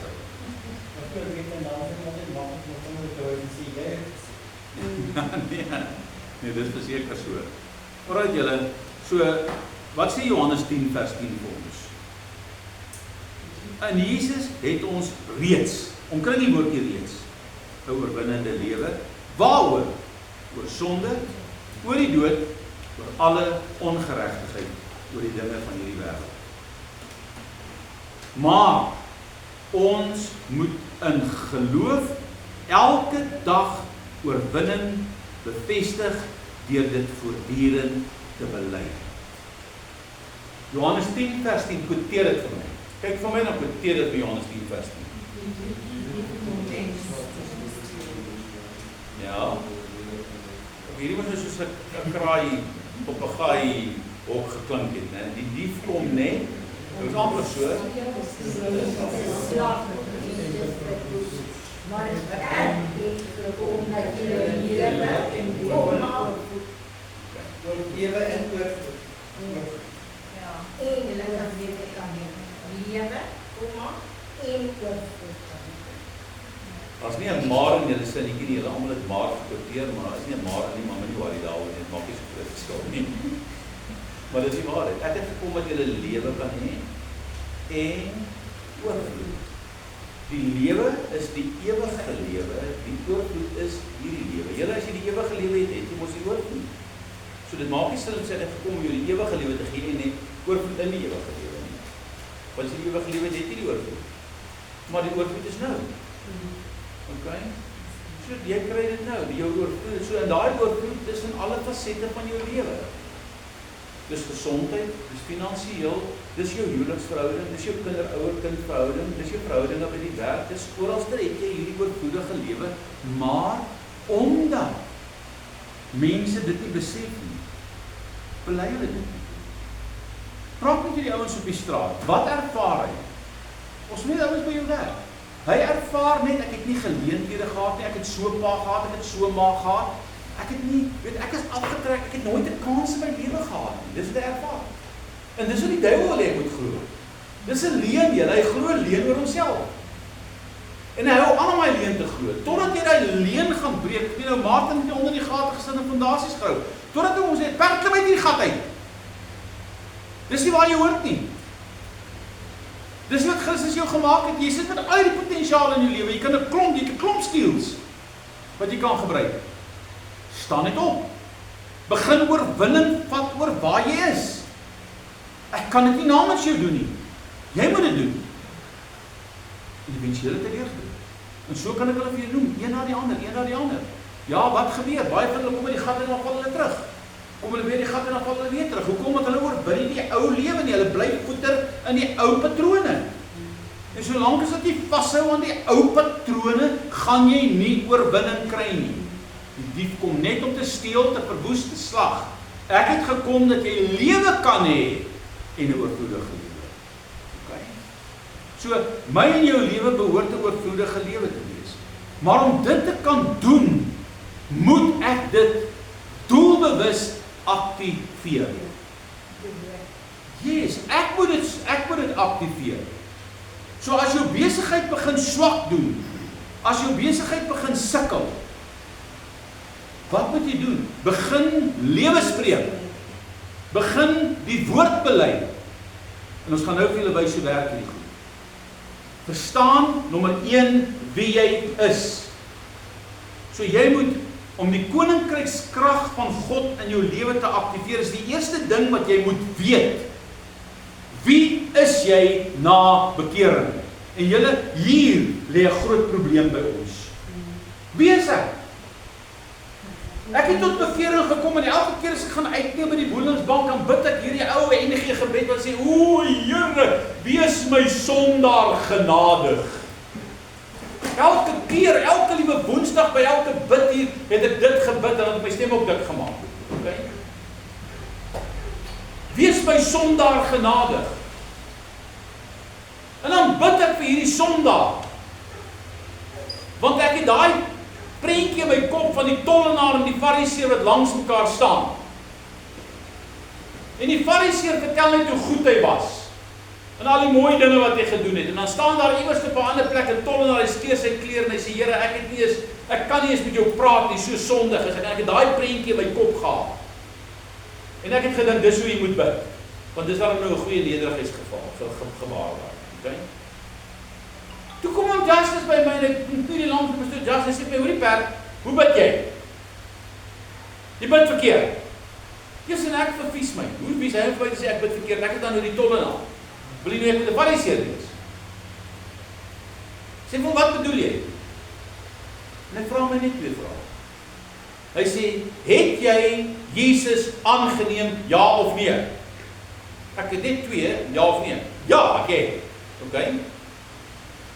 Is jy 'n nuwe skepsel, ja of nee? Nou kan ek nie redeneer, dit is net ja of nee. Ja. Nou hoekom bly jy bid soos 'n ou skepsel?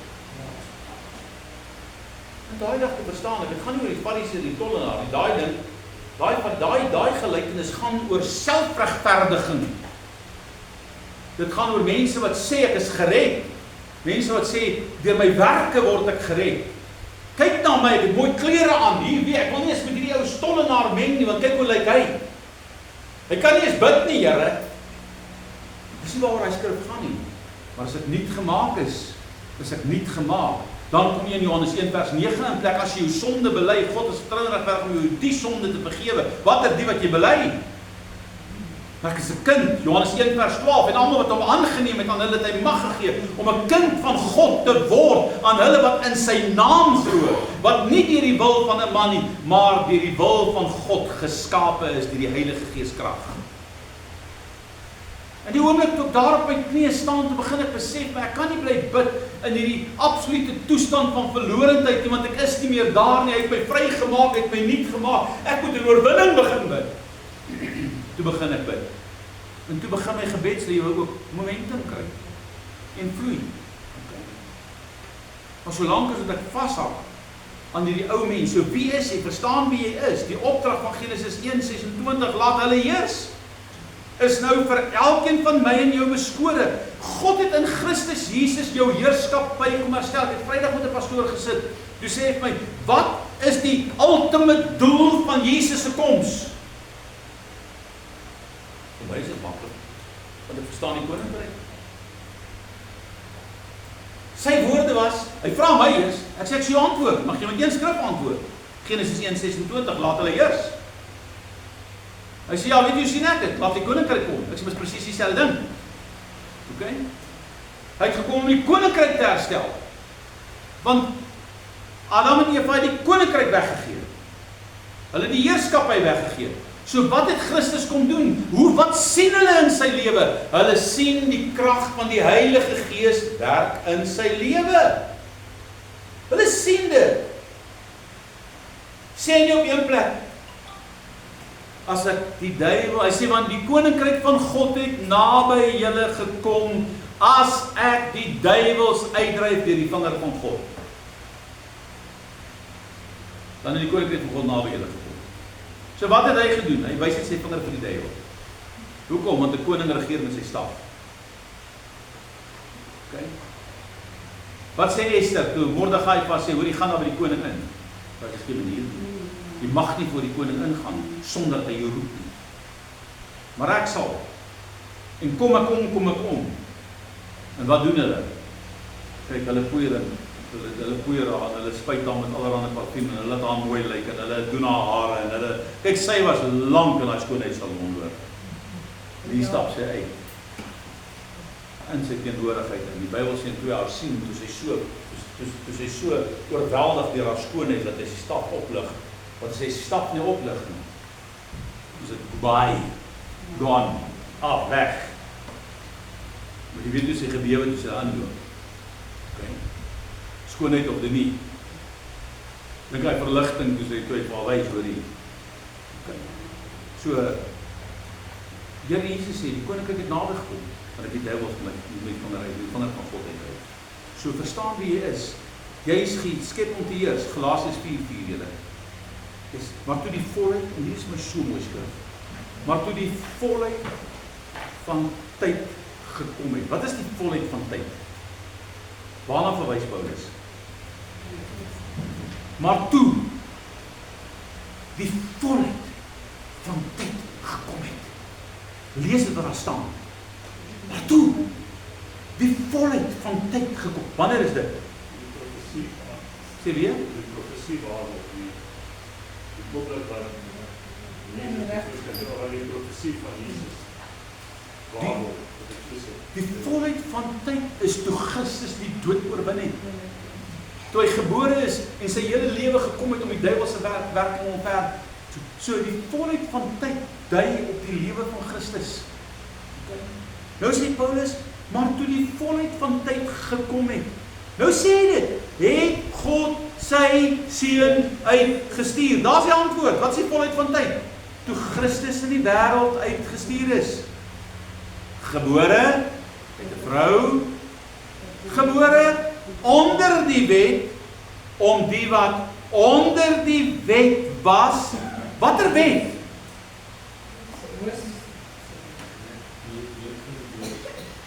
Die wet van? Onthou, die wet van Moses is die wet van die dood. Dit is presies dieselfde ding. Dis hoekom ek nou jou net bietjie laat dink. Dis heeltemal reg. So die wet van die dood is as gevolg van die wet van Moses. Van die dood gekom as gevolg van die sonde, die loon van die sonde is die dood. Okay? Daarom as jy die wet nie onderhou nie, is die dood vir jou beskore. Hulle het ou dood gegooi met klippas en nie die wet onderhou nie. Sê en egbloed betrap of skallig goed wat hulle gedoen het, né? Okay, so. Nou kom hy, maar toe die volheid van die tyd gekom het, het God sy seun uitgestuur, gebore uit 'n vrou, gebore onder die wet, om die wat onder die wet was los te koop, sodat, dis die rede, ons die aanneming, en is interessant hier so, hy sê nie hulle nie, hy sê ons, want hy was self onder die wet, sodat ons die aanneming tot kinders kan ontvang. En hoe neem jy die aan? Hoe kry jy aanneming tot kinders? Deur geloof. Almal wat hom aangeneem het, aan hulle het hy mag gegee om kind van God te word. Okay? So dis deur geloof. En omdat jy kinders is, het God. En omdat jy 'n kind is, omdat jy 'n kind is, omdat jy 'n kind is, dan vra ek julle, is julle kinders van God? Sê ja of nee? Net ja of nee, soos om das vir my gemaak het? Ja of nee? Okay, is julle almal gesê ja? Omdat ek 'n kind is, omdat jy 'n kind is, omdat ons 'n kind is, het verlede tyd God die Gees van wie? Van sy seun. Wie leef in julle harte? Die Heilige Gees is uitgestort. Wie sê hierdie skrif is in jou hart? Die Gees van sy seun. Wie is die Gees van sy seun? Die Heilige Gees. Uitgestuur. En wat doen die Gees van Christus wat in ons is? Hy roep, Abba, Vader, onse Vader. Daarom is jy nie meer diensknegt nie, maar kind. En as jy kind is, dan ook erfgenaam van God in die hemel. Wat behoort aan God? Alles. So waarvan het jy erfgenaam geword? Van alles. Van sy krag, van sy heerlikheid, van sy heiligheid. Dis vir ons beskore, kan jy sien? Ons vat dit nie. Want ons vergeet hierdie goed, julle, want ons kyk vas teen ons eie swakheid. En die duiwel mislei ons met hierdie storie. Ag, jy kan dit nie doen nie, want kyk wat 'n nonsens het jy nou weer aangejaag. Jy gaan nooit by jou kan deel nie, want jy's 'n introwert. Jy gaan nie ontharig maak daar by jou werk nie, man. Hulle gaan jou oor jou, hulle gaan jou stoomroller, hulle gaan jou met jy is sommer net dit, man, hulle gaan jou grind, moenie, en dan onmiddellik, klas staan jy op en sê, man, ek is 'n koningskind, ek gaan nie hierdie ouens oor my heers nie. Ek is in die naam van Jesus, gaan ek instap en ek vat oorwinning. Ek ken so 'n meisie, jou Karen se sissiekie, jy al vir vertel, van daai ou wat so 'n baas het gehad, wat so 'n billebak was, en altyd op haar gepik het, want sy kan bid daai kind. En sy, daai oggend sê die Here vir haar, koop hom, en sy bid oor hom, sy sê, Here, ek sien nie vandag kans vir die kind. Jy sê, koop hom 'n koop. En ek koop, okay, koop 'n koop. Sy sê, ek stap na die kantoor, maar die lewe is so groot soos ek is. Nou, sy is redelijk vierkantig. So sy moes nog 'n gewewe het, so en so. Okay. Maar sy stap maar in, en sy stryk ook op die tafel neer. En die volgende paar minute, sy is nou seker vroeg, ek dink sy het 'n bietjie vroeër gegaan, want sy is reg, man. Hoor sy net die vloek en skel hy ou hier die kantoor, en wie het hierdie beeste het koutjie op my tafel neerge, en hy skel en hy gaan tekeer, en sy sê, maar sy voel hoe verlaat haar bloed daar begaan. Van haar kop tot haar toe, en voel sy hoe koud raak sy. Sy weet, okay, hier is het nou ek se fire. En maak die deur en vraag, het jy die koutjie op my tafel neergesit? Ek meneer, kom in. Toe sy in die kantoor instap, toe pas sy in trane. Sê, dit is die eerste keer in my hele lewe dat iemand vir my iets gee. En sy sê vir hom, meneer, ek hoor julle elke dag in die besigheid is besig om te vou. En ek hoor hoe vloek en skel julle. Julle het elke week kom julle by mekaar, want julle hierdie godsdienst in die oggende, maar julle ken nie die Here nie. Kan ek vir jou bid? En ek sê, ja, sy gaan staan agter ons, sy sit hand op die skouers. En sy ek ken hy, sy bid sy. En sy bid, en sy roep die genade van die Here aan. Hulle fire kom personeel hulle af. Hy kom na haar toe, en sê dokter, okay, hulle het daar nie gelaai, sy is nog maar een van die wees wat nou van daai. Tussen al die mense sê hy vir haar, en jy, jy bly. Julle ander, julle gaan, kan jy nie bekostig nie. Dis die voorwaardes, maar jy bly. Nou, as het 'n paar weke voor dit was, het jy gaan, en al die ander het gebly. Gaan jy. En sy het oorwinning gevat. En sy het verstaan wie sy is. En wie het al gesê, kan sê, hou op om die goed te vat. Staan op my geloof. Staan op wie jy is. En vertel die duiwel, jy gaan nie vir hom val nie. Okay. Hoor sê die skrif. 'n erfgenaam dui op 'n mens, wat nou wetlik die eienaar van 'n erfporsie geword het. Elkeen wat Jesus deur geloof aangeneem het, kwalifiseer vir hierdie erfenis.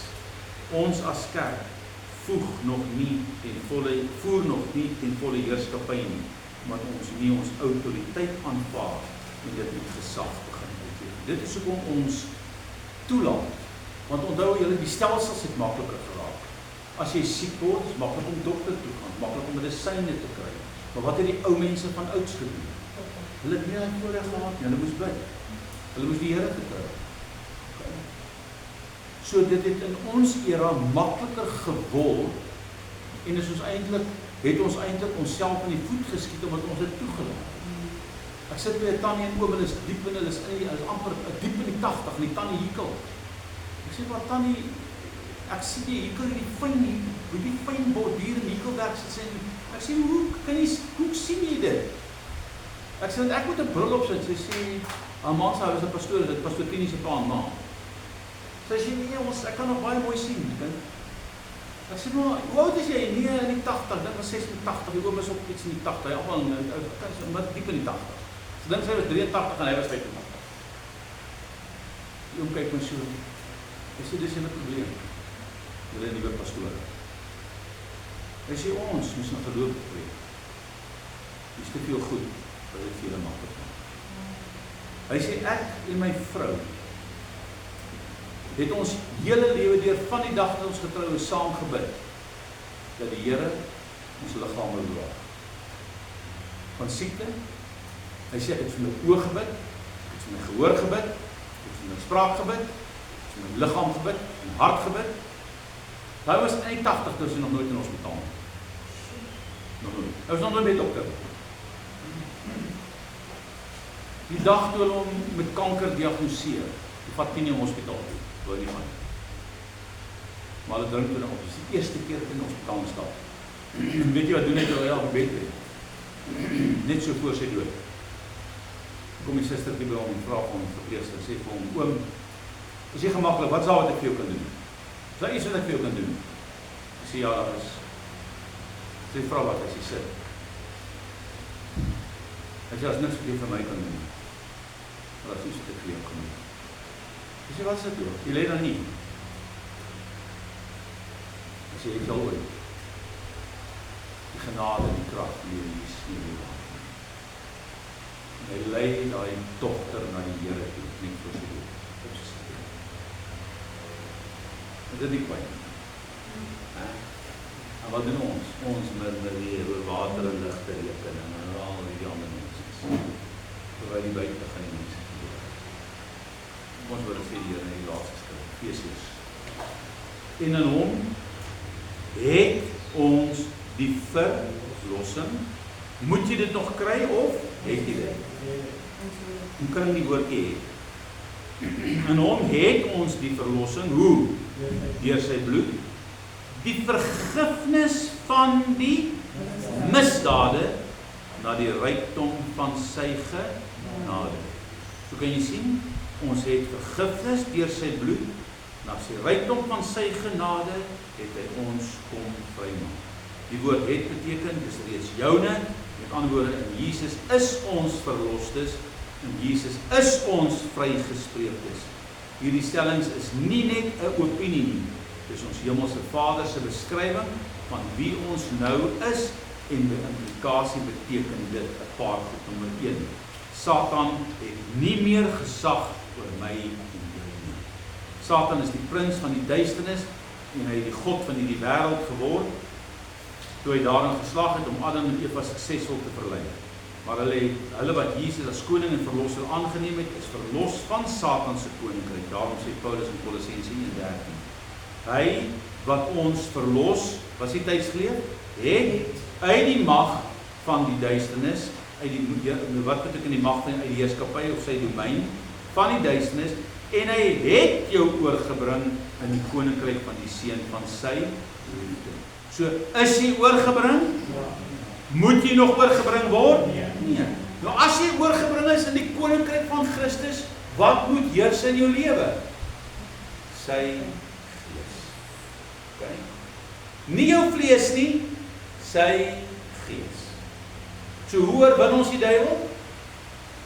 Deur die krag van sy gees wat nou in ons woon. Okay. So jy is nie meer onder die gesag van Satan. As ons dan verlos is van die mag van die duisternis, beteken dit dat Satan geen heerskappy meer oor ons het. Die tweede ding wat met jou gebeur het is, sonde het ook geen verdere, kom ons sê eerder, behoort nie verder oor jou lewe enige gesag te hê. So, wanneer kry sonde oor jou gesag? Wanneer ek en jy dit toelaat. Daar's 'n skrif as ek weet nie wat nou hier is, kom ons lees hy sê dit begin in die denke.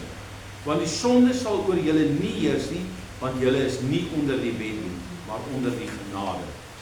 Daarom sê 2 Korintiërs 5, as iemand in Christus is hy 'n nuwe skepsel, want hy, dus God, het hom, dus Jesus wat geen sonde geken het nie, sonde vir ons gemaak, sodat ons kan word geregtigheid van God in hom. As ons in Jesus is en hy sonder sonde is, wat is ek en jy dan nou? Vry van veroordeling van sonde, omdat hy ons borg geword het. En julle, wat wil die duiwel hê jy moet glo? Hy wil hê jy moet glo jy is die swakkeling. Romeine 5. Waar die sonde meer word, het die genade nog meer oorvloedig geword. Sodat soos die sonde geheers het in die dood, so ook die genade kan heers deur die geregtigheid tot die ewige lewe deur Jesus Christus. Dit beteken nie dat ons maar kan leef soos ons wil in die genade. Baie mense gebruik daai skrif en sê, want ek kan bly lewe, die genade het meer geword. So ek kan net doen wat ek wil, ek kan net leef soos ek wil. Dis nie waar nie. Hoor wat sê hy? Op 'n ander plek sê hy, sal die genade meer word? Nee, stellig nie. Moet ek in die sonde bly? Nee, stellig nie. In 1 Johannes 1 sê hy, as ons sê dat ons geen sonde het nie, mislei ons onsself en die waarheid is nie in ons nie. As ons sonde bely, hy is getrou en regverdig om ons die sonde te vergewe en ons van alle ongeregtigheid te bevry. So, as jy oortree, die Heilige Gees kla jou aan, vra die Here vir vergifnis. Ons het gesag in Jesus se naam. Ek wil net gou die 5 punte klaar maak, as ons klaar. Ons keuse om Jesus Christus as God aan te neem, verleen ons aan ons die autoriteit van die krag van sy naam. Hoor wat sê Johannes. Voorwaar ek sê vir julle, wie in my glo. Nou kom ons vra Willem Justus 'n vraag. Glo jy in Jesus? Ja of nee? Ja. Die werke, hoor mooi, die werke wat ek doen. Nou noem ek vir my 'n werk wat Christus doen. Wat is die grootste werk wat hy doen? Genesing, die grootste werk wat hy gedoen het. Die werk van geregtigheid. Hy die geregtigheid kom herstel. Okay? En omdat hy die geregtigheid herstel het al die wonderwerke plaasgevind, omdat hy in geregtigheid loop. Hy is onder die heerskappy van God. Christus is eintlik 'n mens wat vir my en jou kom wys het hoe lyk 'n mens onder die heerskappy van God. Okay? Dus en dis waar ek en jy moet uitkom. Nou wat sê hy hierso verder? Ons gesag in sy naam. Voorwaar ek sê vir julle, wie in my glo, die werke wat ek doen, sal hy ook doen. En hy sal groter werke doen as dit. Hoekom? Omdat ek na die Vader gaan. Ek het opstaan uit die dode. En wat julle ook al in my naam mag vra, dit sal ek dalk vir julle doen. Dit sal ek doen, sodat die Vader in die Seun verheerlik kan word. So die woorde wat julle ook al in my naam mag vra, is 'n direkte verwysing na Julle, ek wil julle mooi verstaan, ons gaan van die jaar gebed doen. Want jy kan nie die krag van God in jou lewe aktiveer as jy nie weet hoe om te bid nie. Okay. Jy moet leer om te bid. So, wat julle ook al in my naam mag vra, kan julle sien wat beteken, hoe weet ek dis gebed? Wat julle in my naam mag vra, en dit dui op gebed. Is 'n direkte verwysing. Wanneer ons dus bid, lê die krag om te vra in die naam van Jesus. Daarom sê Jesus in Johannes 16, voorwaar ek sê vir julle, net party goed wat julle die Vader vra in my naam, dit sal hy vir julle doen. Alles. Is die huis wat nie gebou moet word 'n deel van dit? Ja. Is daai kar van jou wat bande kort 'n deel van dit? Is daai vloekery wat jy mee sukkel om oorwinning te kry 'n deel van dit? Is daai ongeloof waarmee jy sukkel 'n deel van dit? Yes. Alles wat jy in sy naam vra. So hoe kry ek oorwinning? Ek vra God in die naam van Jesus. Ek gaan na ons hemelse Vader, daarom sê hy onse Vader wat in die hemel is. Ek nader die troon van God in Christus wat vir my die middelaarskap betaal het. Okay. Alles wat die Vader sal vra in my naam sal hy julle gee. Wat doen 'n kind as ek hom sê? Okay, ek het al baie, ons het op die plaas groot geword. Dit is wat redelik ver uit mekaar uit. My maat en bestuur gesê sy was nie 'n kaart nie. Nou as jy vir ons kinders spanne moet bak. Nou kom sy agter, sy het alles aangemaak, maar sy het nie pypkind nie. Nou wat nou is hy een van twee. Of ek los dit, dan sê ons daar's nie 'n manier nie. Nou sê sy, okay, gaan leen by Tannie Fien. Gou gepypkind nie. Nou julle, dis 'n entjie, dis seker 'n kilometer of wat om te hardloop. Nou hardloop ons hier deur die landerye. Jy klim deur die drade dan gaan jy. Dit is nie milies die in jou hardloop, want jy is nou lus swaai van hom. Nou kom jy met Tannie Fien, klop aan die deur, jy maak Tannie Fien oop. Ja, Henry, wat soek jy? Tannie my ma vra. Het jy daar pypkind? Ja, my kind, geen probleem nie. Haal die boks uit, of die botteltjie uit, gee dit vir jou. Hoekom gee sy dit vir my? Ons wil die autoriteit van die naam vra. Ek kom met my ma se naam. Okay? Sy het nie gewonder, hoorie. As ek maar gevra het vir suiker, sou sy dit ook vir my gegee het. Sy sou dalk gewonder het, gaan hy dit nou eet of nie. Maar sy wonder nie. Ek kom op my ma se naam. Okay? So nou kom ek in Jesus se naam. En ek vra ons hemelse Vader, Here, help my. Help my met my probleem. Help my in die swakheid in my lewe. So wat gaan hy doen? Hy het hier gesê, hy gaan alles wat jy vra vir jou doen. So begin jou denke draai met God se woord deur jou gebed. Here, u woord sê, ek is nie meer 'n swakkeling. U woord sê ek is tot alles in staat. U woord sê, Here, ek hoef nie te vrees nie. Al sê die baas, ons gaan werke verloor, al wat ook al, ek hoef nie te vrees nie, want die Here is met my. Moenie vrees nie. Okay. Om die toegang tot die Vader en Jesus en ons het toegang, Hebreërs 4. Laat ons dan met vrymoedigheid na die troon, okay, met vrymoed aanhoorde. Nou het jy 'n klomp tjol aangejaag deur die week. Jy het jou vererg en allerlei goed gedoen, jou vrou beklei, jou man beklei of wat ook al, nou voel jy nie meer so lekker nie. Wat sê hierdie skrif? Gaan met vrymoedigheid na die Here. Hoekom? Jy sê vir die Here, daai dag en daai dag en daai dag het ek aangejaag. Ek vra jou, vergewe my, vat dit weg, maak my skoon. Maak my skoon. Laat ons dan met vrymoedigheid na die troon van genade gaan, sodat ons barmhartigheid, wat is barmhartigheid se ander woord, se sinoniem? Genade kan ontvang, kan verkry, en genade vind om op wanneer? Daar is die sleutel. Om op die regte tyd. Ons wil 'n ding bid en dan wil ons dit nou hê. Okay. Dan ons dit nou sien. Dit werk nie so nie. En as jy my gehad het, dan moet jy dit al gister gesien het. Okay. Nee, hy sê op die regte tyd. So wat is die regte tyd? Kom aan, wat is die regte tyd? God se tyd. God se tyd is altyd die regte tyd. En hoe lank gaan dit vat? Totdat. Jy moet net die woordjie totdat onthou, dis al. Die regte tyd is God se tyd. En wat is die tyd? Totdat. Deur die offer van Jesus wat volmaak is, het ons die voorreg om met vrymoedigheid tot God te gaan. Dit maak dis nie saak wat ek voel nie, dit maak nie saak wat die duiwel sê. Onthou, moenie laat jou gevoel jou lei nie. Prophet het vroeër jare 'n liedjie gesing en gesê as geloof van gevoel afhaal nie, sou ek nooit gered geword het. So, dit hang nie van gevoel af nie. Want jy kan voel dat jy niks is nie. Jy kan voel dat jy nie 'n probleem kan oorkom nie. Maar in Christus kan jy. So sit jou gevoel in Jesus aan en dat hy jou help. Die laaste ding is seker daar, ons het gesag oor Satan deur God se woord.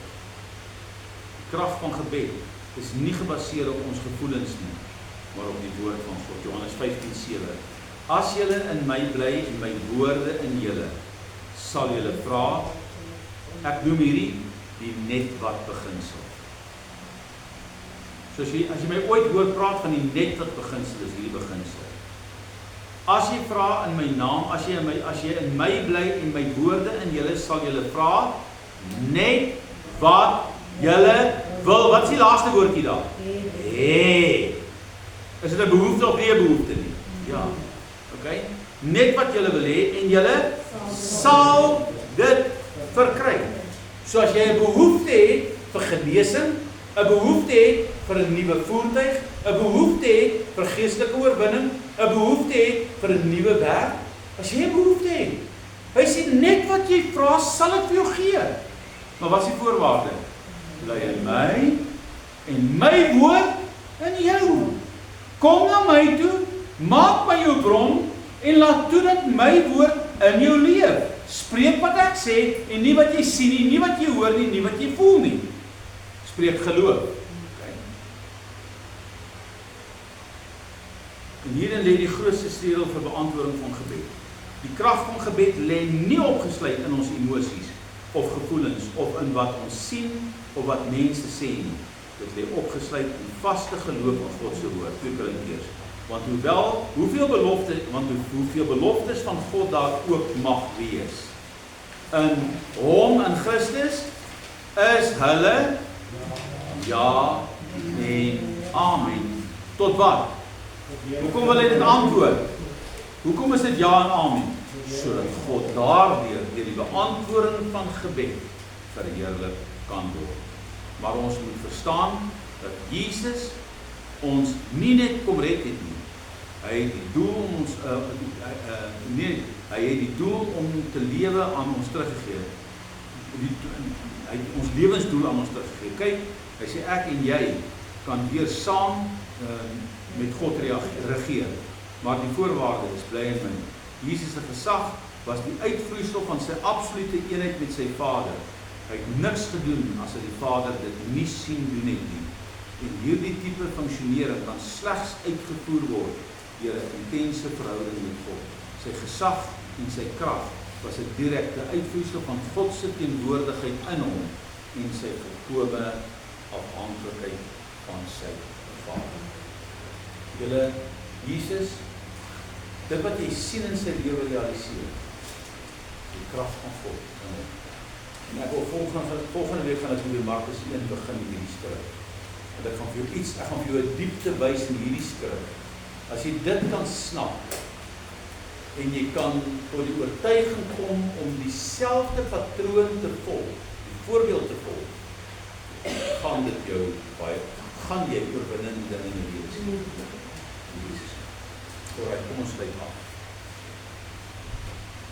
Vader, baie dankie vir die woord. Ek wil bid, Here, dat U ons ook volgende keer by mekaar sal bring, dat ons ook, Here, sal sien hoe dit U, Here, in gebed die koninkrykskrag toegepas het. Here, help ons om te verstaan dat heiligmaking het 'n proses.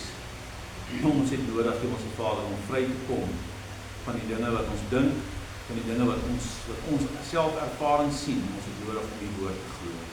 Bring ons op die plek, Here, waar ons u heerlikheid en u krag in ons lewe sal sien. Ek bid dit in Jesus se naam. Amen. Alright, julle blessings vir julle en die Here bless julle almal hierdie week, hoor.